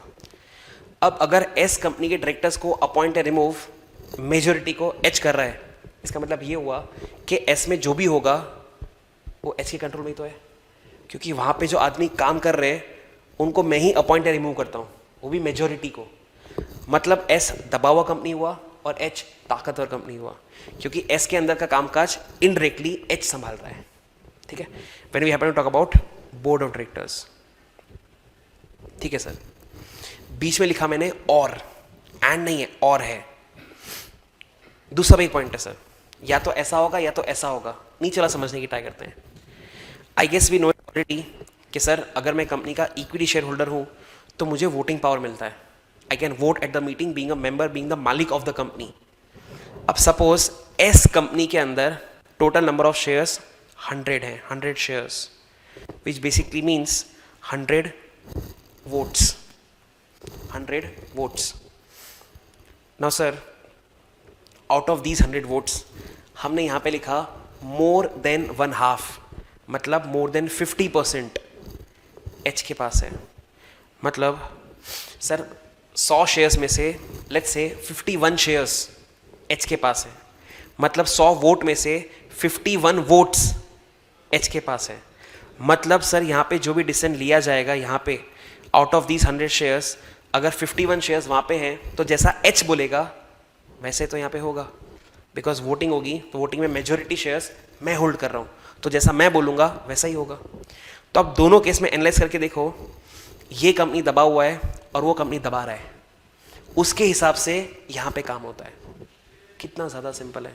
ठीक है, मैं अगर रियल लाइफ एग्जाम्पल लूँ होल्डिंग सब्सिडरी का, तो होल्डिंग कंपनी है टाटा लिमिटेड, उसकी सब्सिडरी है टाटा स्टील, ऊपर कंपनी है टाटा लिमिटेड, नीचे कंपनी है Tata Motors, holding subsidiary. Main company है कैस्ट्रॉल लिमिटेड, उसकी सब्सिडरी है कैस्ट्रॉल इंडिया लिमिटेड। तो जैसा कैस्ट्रॉल लिमिटेड बोलेगा इंग्लैंड से, वैसा कैस्ट्रॉल इंडिया लिमिटेड काम करेगा, क्योंकि वो ताकतवर है और ये दबा हुआ है। This is definition of holding subsidiary. मैंने आपको अब तक 50% ही पढ़ाया है, सिर्फ 50%, जानबूझ के बाकी 50% नहीं पढ़ाया। वो मैं आपको एक बार मौका दूंगा रीड करने का खुद से, एंड देन विल टॉक। तो मैं जूम आउट करता हूँ और हम एक बार उस डेफिनेशन को पढ़ने की ट्राई करते हैं। ठीक है, वापस बोल रहा हूँ, मैंने पूरा नहीं पढ़ा अब तक जानबूझ के। हम क्वेश्चन करेंगे, पर पहले मैं आपको रीड करने का टाइम देता हूँ। ये रहा सर डेफिनेशन सब्सिडरी कंपनी का, आपके सामने है। I'll wait.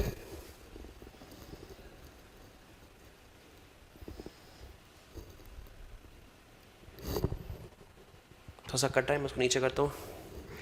ये रहा ना।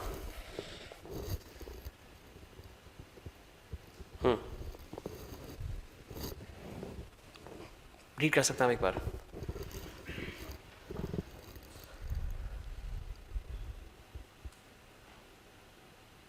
अभी याद नहीं कर रहे, अभी सिर्फ पढ़ रहे हैं।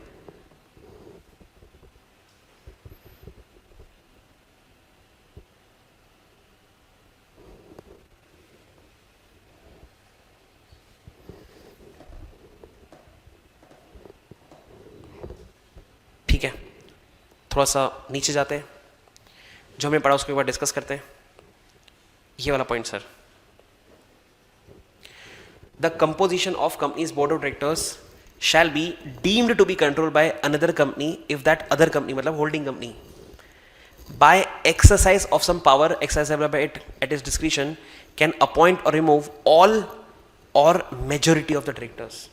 वो हमने आपको ऑलरेडी ऊपर सिखाया डायग्राम के अंदर, ये रहा देख कि सर 5 में से 3 या 4 या पांचों के पांचों को अपॉइंट या रिमूव होल्डिंग कंपनी कर रहा है। तो अल्टीमेटली इस कंपनी में जो भी हो रहा है वो कंपनी कर रहा है, ठीक है। वो पॉइंट मैंने आपको ऑलरेडी पढ़ाया,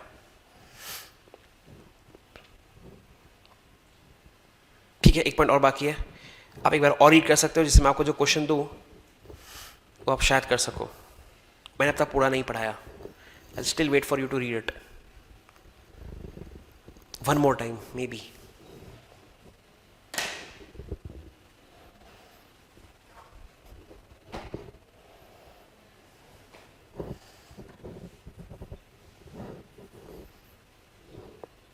seconds more।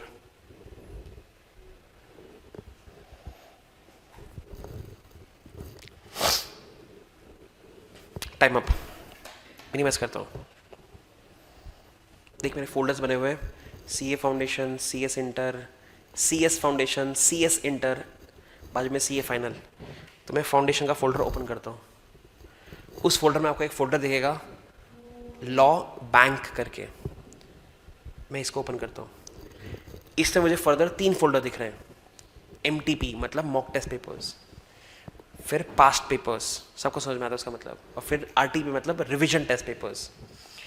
तो मैं अगर मॉक टेस्ट पेपर ऑन करूँ, जब से मैं पढ़ा रहा हूँ 2018 से, तब से लेके आज तक के 2025 जनवरी, मेरे पास सारे पेपर्स पड़े हुए हैं। हर एक पेपर में 30 क्वेश्चन है, तो मेरे पास इतने क्वेश्चन है आपको सॉल्व करवाने के लिए, ठीक है। This is each folder contains question answers. Back करता हूँ, ये आपके पास पेपर्स जुलाई 21 दिसंबर, उसके पहले सिलेबस अलग था। जुलाई 21, दिसंबर 21, मई 22, नवंबर 22, जून 23, दिसंबर 23, जून 24, सितंबर 24, जनवरी 25।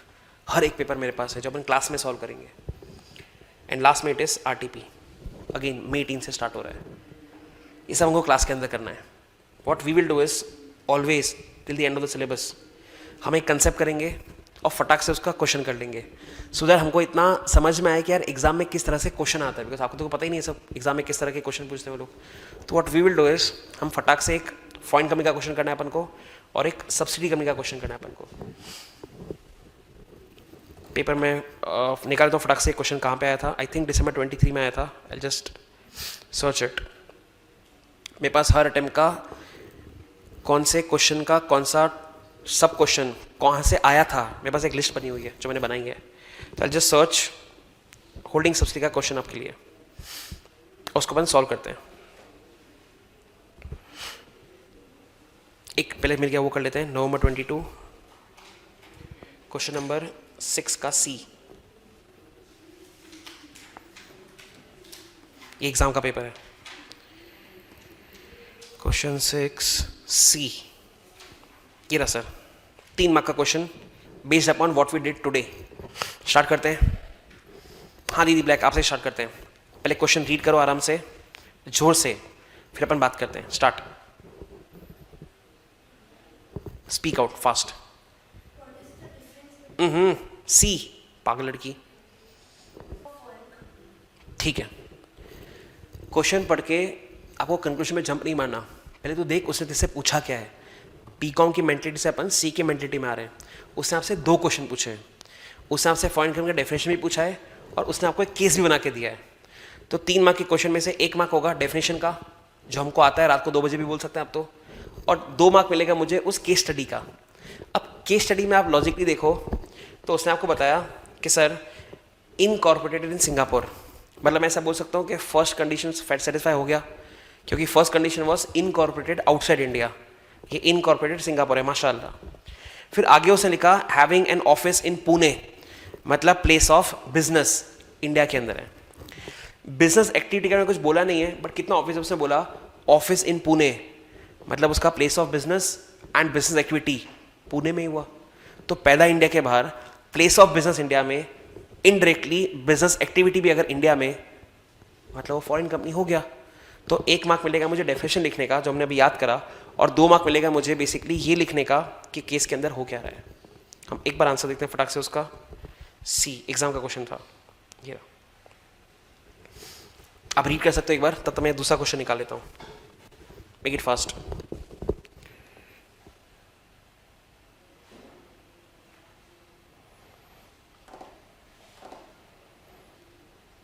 Okay, I found a question. पढ़ लिया? हटा रहा हूँ। I move towards December 21 question 6 का सी। December 21 क्वेश्चन नंबर 6 का सी। देखते हैं इजी है क्या हार्ड है। हार्ड है।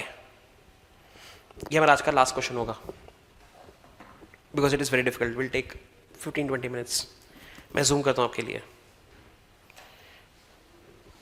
एग्जाम का क्वेश्चन है 3 मार्क का। अब रीड करो, फिर हम बात करते हैं। अगर आपको एक हिंट दूं, डायग्राम बनाओगे तो आपका क्वेश्चन के ऊपर ग्रिप बढ़ता जाएगा। नहीं तो आप क्वेश्चन को 2 बार 3 बार पढ़ते रहोगे। तो रफ में, ऑब्वियसली रफ में एक डायग्राम बनाओगे एरोस के साथ, तो it will help you a lot कि क्वेश्चन बोलना क्या चाहते हैं। तो मैं 2 बार 3 बार क्वेश्चन ही पढ़ता रहूँगा, तो बेटर मैं एक बार ही पढ़ूंगा, पर अच्छे से पढ़ूंगा। दैट इज, साथ में मैंने डायग्राम बना दूंगा। I will wait. Waiting still 30 seconds. Answer नहीं पूछ रहा हूँ, आप डायग्राम बना लोगे तो भी it is more than good. 15 seconds और वेट करता हूँ मैं। डन, अब तक हो जाना चाहिए। ट्राई करते हैं एक बार। मैं डायग्राम बनाता हूँ एक बार।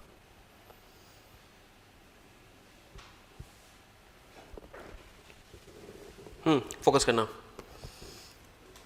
आई guess we had a company called BC। उसका सब्सिडरी कौन था? KL था ना शायद। उसका सब्सिडरी KL क्वेश्चन में दिया हुआ है, माशाल्लाह। Then we have a company called PQ। PC इसमें होल्ड कर रहा था 90,000 शेयर्स।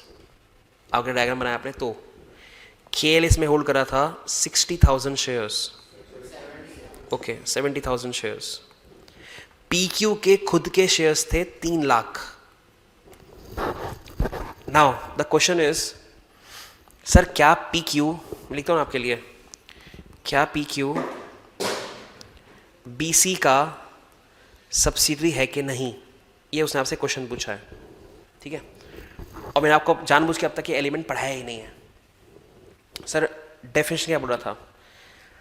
आपने अगर लाइन पढ़ी होती तो लाइन में से लिखा था, holds more than 1/2 of the total voting power either at its own और टुगेदर विथ 1 और मोर सब्सिडरी कंपनीज। ऐसा लिखा हुआ याद है कुछ?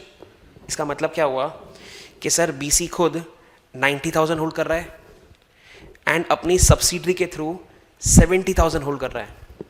मतलब BC अपनी सब्सिडरी के साथ मिलाकर 1,60,000 आउट ऑफ 3 लाख होल्ड कर रहा है, विच इज मोर देन 50%। मतलब PQ is subsidiary of BC। कितना आसान तो है। मैंने आपको जानबूझ के वो लाइन नहीं पढ़ाई थी। More than 1/2 of total voting power either at its own, या तो मैं डायरेक्टली BC खुद होल्ड करता या मेरे सब्सिडरी के थ्रू होल्ड करता, मोर देन 50%। तो इसमें BC अपनी सब्सिडरी के साथ होल्ड कर रहा है मोर देन 50% इन PQ। तो PQ सब्सिडरी हो गया BC का। Second half of the question पे आते हैं। सेकेंड हाफ बोल रहा था कि सर BC कुछ भी होल्ड नहीं कर रहा, सिर्फ KL होल्ड कर रहा है, which is 1,60,000। The question again remains the same कि सर क्या PQ BC का सब्सिडरी है क्या? The answer again is yes. मेरे दोस्त का दोस्त मेरा दोस्त, मेरी सब्सिडरी की सब्सिडरी मेरी सब्सिडरी। मैं KL को कंट्रोल करता हूँ, KL PQ को कंट्रोल करता है, तो इनडायरेक्टली मैं ही तो PQ कंट्रोल कर रहा हूँ, क्योंकि जैसा मैं बोलूँगा वैसा KL PQ के अंदर करेगा। और केल का सब्सिडरी क्यों है? बिकॉज केल उसमें होल्ड कर रहा है 1,60,000 विच इज मोर देन 50%. तो मेरे सब्सिडरी का सब्सिडरी मेरा सब्सिडरी. सर क्या बोलते हैं इसको? Chain relationship, chain. ठीक है, देख मैं एक बार आंसर ओपन करता हूं. इसको मिनिमाइज किया, वापस मैंने क्वेश्चन ओपन करा. ठीक है, देख क्वेश्चन पढ़ता हूं वापस एक बार. 2 क्वेश्चन पूछे उसने आपसे. BC Private Limited and its subsidiary KL Private Limited are holding 90 and 70 shares respectively in PQ. The paid up share capital of PQ is 3 lakh equity shares. ठीक है, हम शेयर्स में बात कर रहे हैं. Analyze with reference to provision of Companies Act whether PQ is subsidiary of BC. हमने answer निकाला उसका yes, क्योंकि मैं मेरी सब्सिडरी के साथ मिलकर मोर देन 50% होल्ड कर रहे हैं. उसने आगे एक और क्वेश्चन पूछा है, what would be your answer if KL Private Limited is holding 160 and PQ has no shares? Answer पे आते हैं एक बार फटाक से सर. 6 का C ये रहा. सबसे पहले हमने डेफिनेशन लिखी. अब देख मैं वो लाइन पे फोकस करूंगा. एक्सरसाइजेस और controls more than 1/2 of total voting power either at its own और टुगेदर विथ वन और more of its subsidy companies. यही लाइन आपको मैंने नहीं पढ़ाई थी. सर क्यों? मैं आधे घंटे तक पढ़ाता हूं तो भी आपको समझ में नहीं आता. But with the help of the question एक बार में समझ में आ जाएगा कि मैं मेरी सब्सिडी के थ्रू होल्ड कर रहा हूँ मोर देन 50%. इससे आपको मैंने सीधा क्वेश्चन करवाया. So now the line becomes very easy automatically एक बार के अंदर. कंक्लूजन पे आते हैं. In the instant case BC Private Limited together with its subsidiary KL is holding 1,60,000 shares which is more than 1/2 of the nominal share capital of PQ. Hence PQ is subsidiary of BC. Second case, सीधा conclusion पे आ रहा हूं. Hence by virtue of chain relationship BC Limited becomes the holding company of PQ Private Limited. और I guess यही हम वहाँ पे diagram में आपको सिखाने की कोशिश कर रहे थे सर. ये रहा. So now that definition becomes very easy for me. एक बार में याद हो जाता है अगर आप ध्यान से देखो तो. ये रहा डेफिनेशन आपके सामने ओपन किया जितना मैंने पढ़ाया आपको अब तक. इतना लास्ट टाइम पढ़ते हैं. Section 2/87 defines subsidiary company in relation to any other company, मतलब holding company. Means a company which holding company पहला controls the composition of board of directors, उसका मतलब हमको आता है. सेकेंड वाले का हमको अभी अभी आया. और controls more than 1/2 of total voting power either at its own और टुगेदर विथ वन और मोर विथ सब्सिडरी कंपनीज. एकदम लॉजिकली पढ़ा, कोई रट्टा वट्टा कुछ नहीं. थोड़ा और डीप में जाते हैं. ये जो 1 है ना, 1 और 2, इसको रीड करा जाता है 2 clause 87 sub clause 1. 2 clause 87 sub clause 2. तो 1 के अंदर BOD की बात है और 2 के अंदर वोटिंग पावर की बात है. आपको इतना डीप में आना चाहिए अभी से, बिकॉज इंटर में तो याद करना ही है. तो फाउंडेशन में कर लेते ना भाई, कहाँ कुछ लोड है इतना लाइफ में. This is your 2 clause 87. हम डायग्राम की बात करें तो डायग्राम आपके सामने ओपन कर लेते हैं एक बार.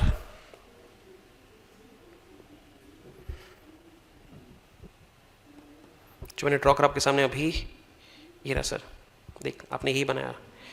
H लिमिटेड, S लिमिटेड, ऊपर फर्स्ट है वहाँ पे आएगा controls the composition of board of directors, और नीचे आएगा controls more than 1/2 of total voting power either at its own और टुगेदर विद वन और मोर सब्सिडरी कंपनीज. ठीक है, जो हमने ड्रॉ भी किया था.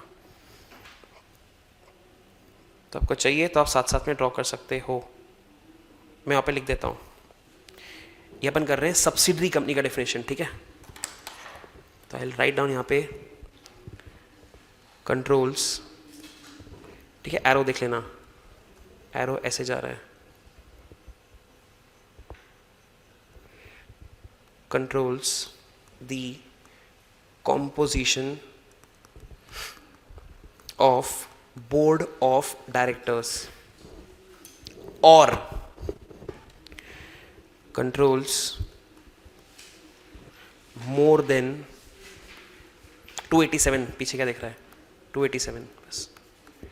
controls more than 1/2 of total voting power either at its own or together with one or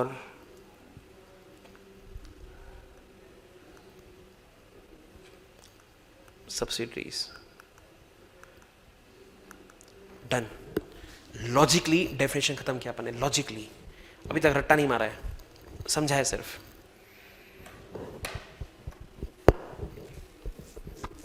waiting.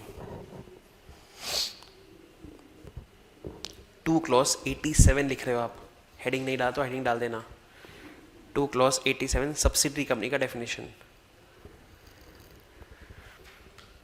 हर एक वर्ड का मतलब आपको पता होना चाहिए, हर एक वर्ड।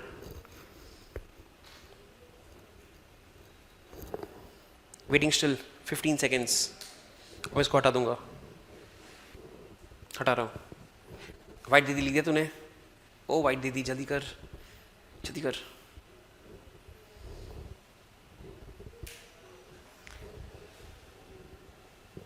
मिनिमाइज किया मैंने, वापस यहाँ पर आया।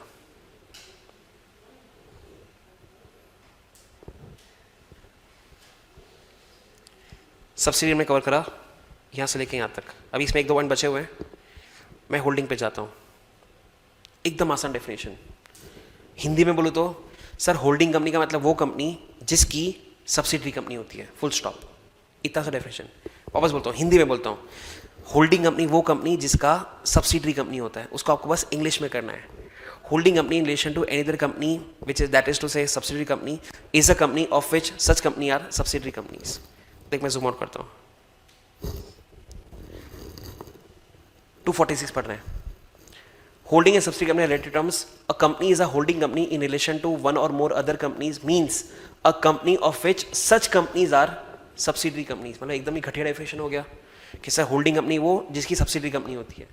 फिर सब्सिडरी कंपनी को हमने बहुत अच्छे से डिफाइन करा, ठीक है। That is your 2 clause 46। कुछ काम का नहीं, तो याद करना है बट ऐसा कुछ काम का नहीं। तो आप लॉजिकली सोचो अगर, तो 2 क्लॉज 20, 42, 46, 87 थोड़ा सा बचा हुआ है। हमने 4 सेक्शन खत्म कर दिए लॉजिकली और रट्टा मार के। देखते हैं, बुक बंद कर दो जल्दी से एक बार। बुक का कोई काम नहीं, सब दिमाग में स्टोर होना चाहिए। मैं ही बंद कर देता हूँ, ठीक है, कुछ काम नहीं। स्टार्ट करते हैं। हाँ दीदी, इन द ब्लैक। चारों डेफिनेशन, मेक इट फास्ट, आपके पास 2 मिनट है। All the 4 definitions. हाँ स्टार्ट विद 2 क्लॉज 20। इसको मैंने बंद कर दिया।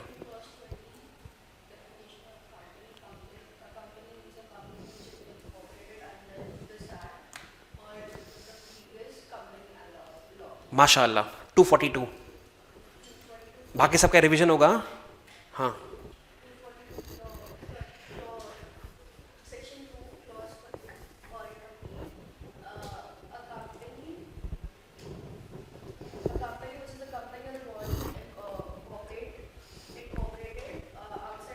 जी।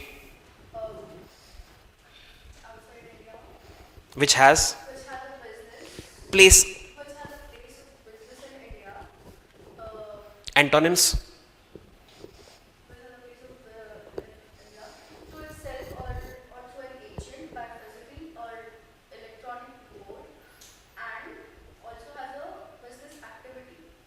कहाँ? इन एनी अदर मैनर चलेगा। Holding company,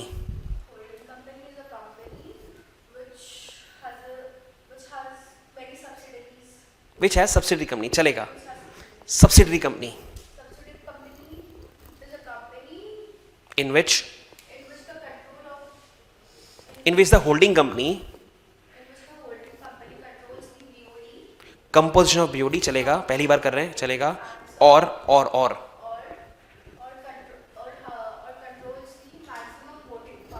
more than 1/2।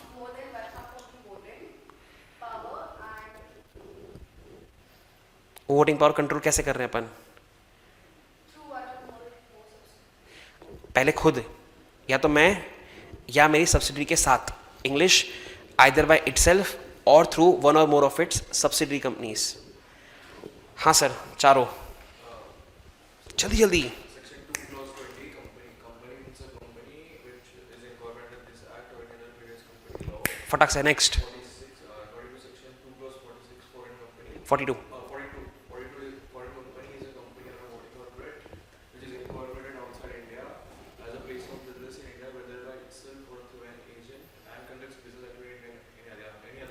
Physically और इलेक्ट्रॉनिकली एंड कंडक्ट्स, चलेगा, पहली बार कर रहे हैं। 246 46 holding company. Holding company is a company that has many subsidiary companies. One or more subsidiary. 287 287 subsidiary company. in relation to holding company means a company in which the holding company first, Controls the composition of board of directors. माशाल्लाह, And और controls more than half of total voting power either by itself or through its subsidiaries. माशाल्लाह sir. दीदी जल्दी बोलेगी ना, एकदम फटाक से निकलना चाहिए, बोल। Section 2, Clause 20, Companies Act ready रहना। defines a company as a company with under this act or any other company law. थोड़ा मोटा गड़बड़। नेक्स्ट, एकदम सिंपल है, कंपनी मीन्स अ कंपनी। आगे Company means a company incorporated, under this act or any other company law. Previous company law, चलेगा। Next Section 2, Clause 46. 42 पहले, 46 foreign okay पहले F आता है या पहले एच आता है? पहले एफ आता है पहले एच आता है? Repeat my question. एफ, तो एक 42 है एक 46 है, तो फॉरेन कौन सा होगा? 42 होगा या 46 होगा? Nice.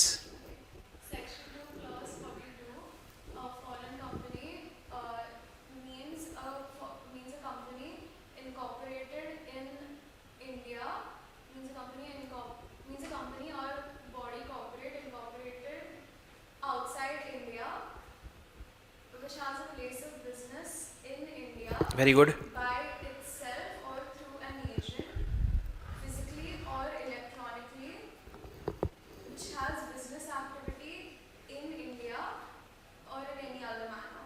Perfect. Next, Section 2, Clause 87, subsidiary company, okay is a company in relation to another company. Very good, that is to say holding company, That is to say, holding company controls the composition of the board of directors. Very good, Or controls more than one half of the voting power by itself or through one or more subsidiaries. ठीक है। Start बहुत गंदा किया था पर आखिरी में अच्छा कर दिया। Start was pathetic. White all the section numbers and names. Section 2, Clause 20, a company means a company. नहीं, सिर्फ नाम और नंबर चाहिए।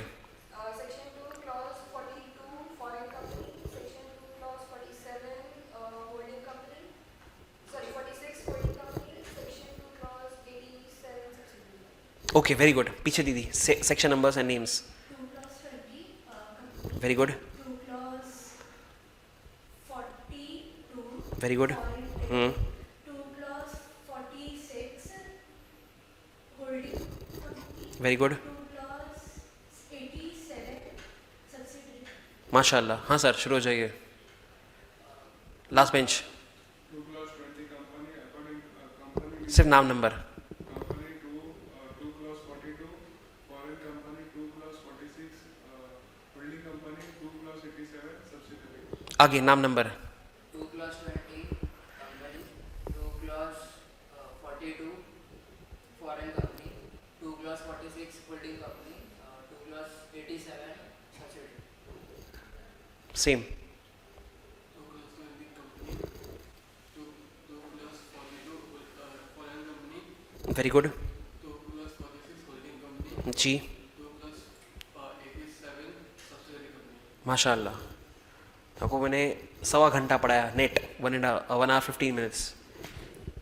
4 सेक्शन करे अपन ने, जिसमें से एक एग्जाम में नहीं आएगा, 3 एग्जाम में आएंगे, और उन 3 में से एक विच इज़ सब्सिडरी कंपनी बहुत डिफिकल्ट था, अभी पूरा भी नहीं हुआ और बहुत उसमें डीप में जाना है अपन को, बट मोटा मोटी हमने उसको याद करके ख़त्म कर डाला। ठीक है, we are done for the day. कोई दूसरा लेक्चर है आपका? नहीं तो घर जाने का फिर जावा।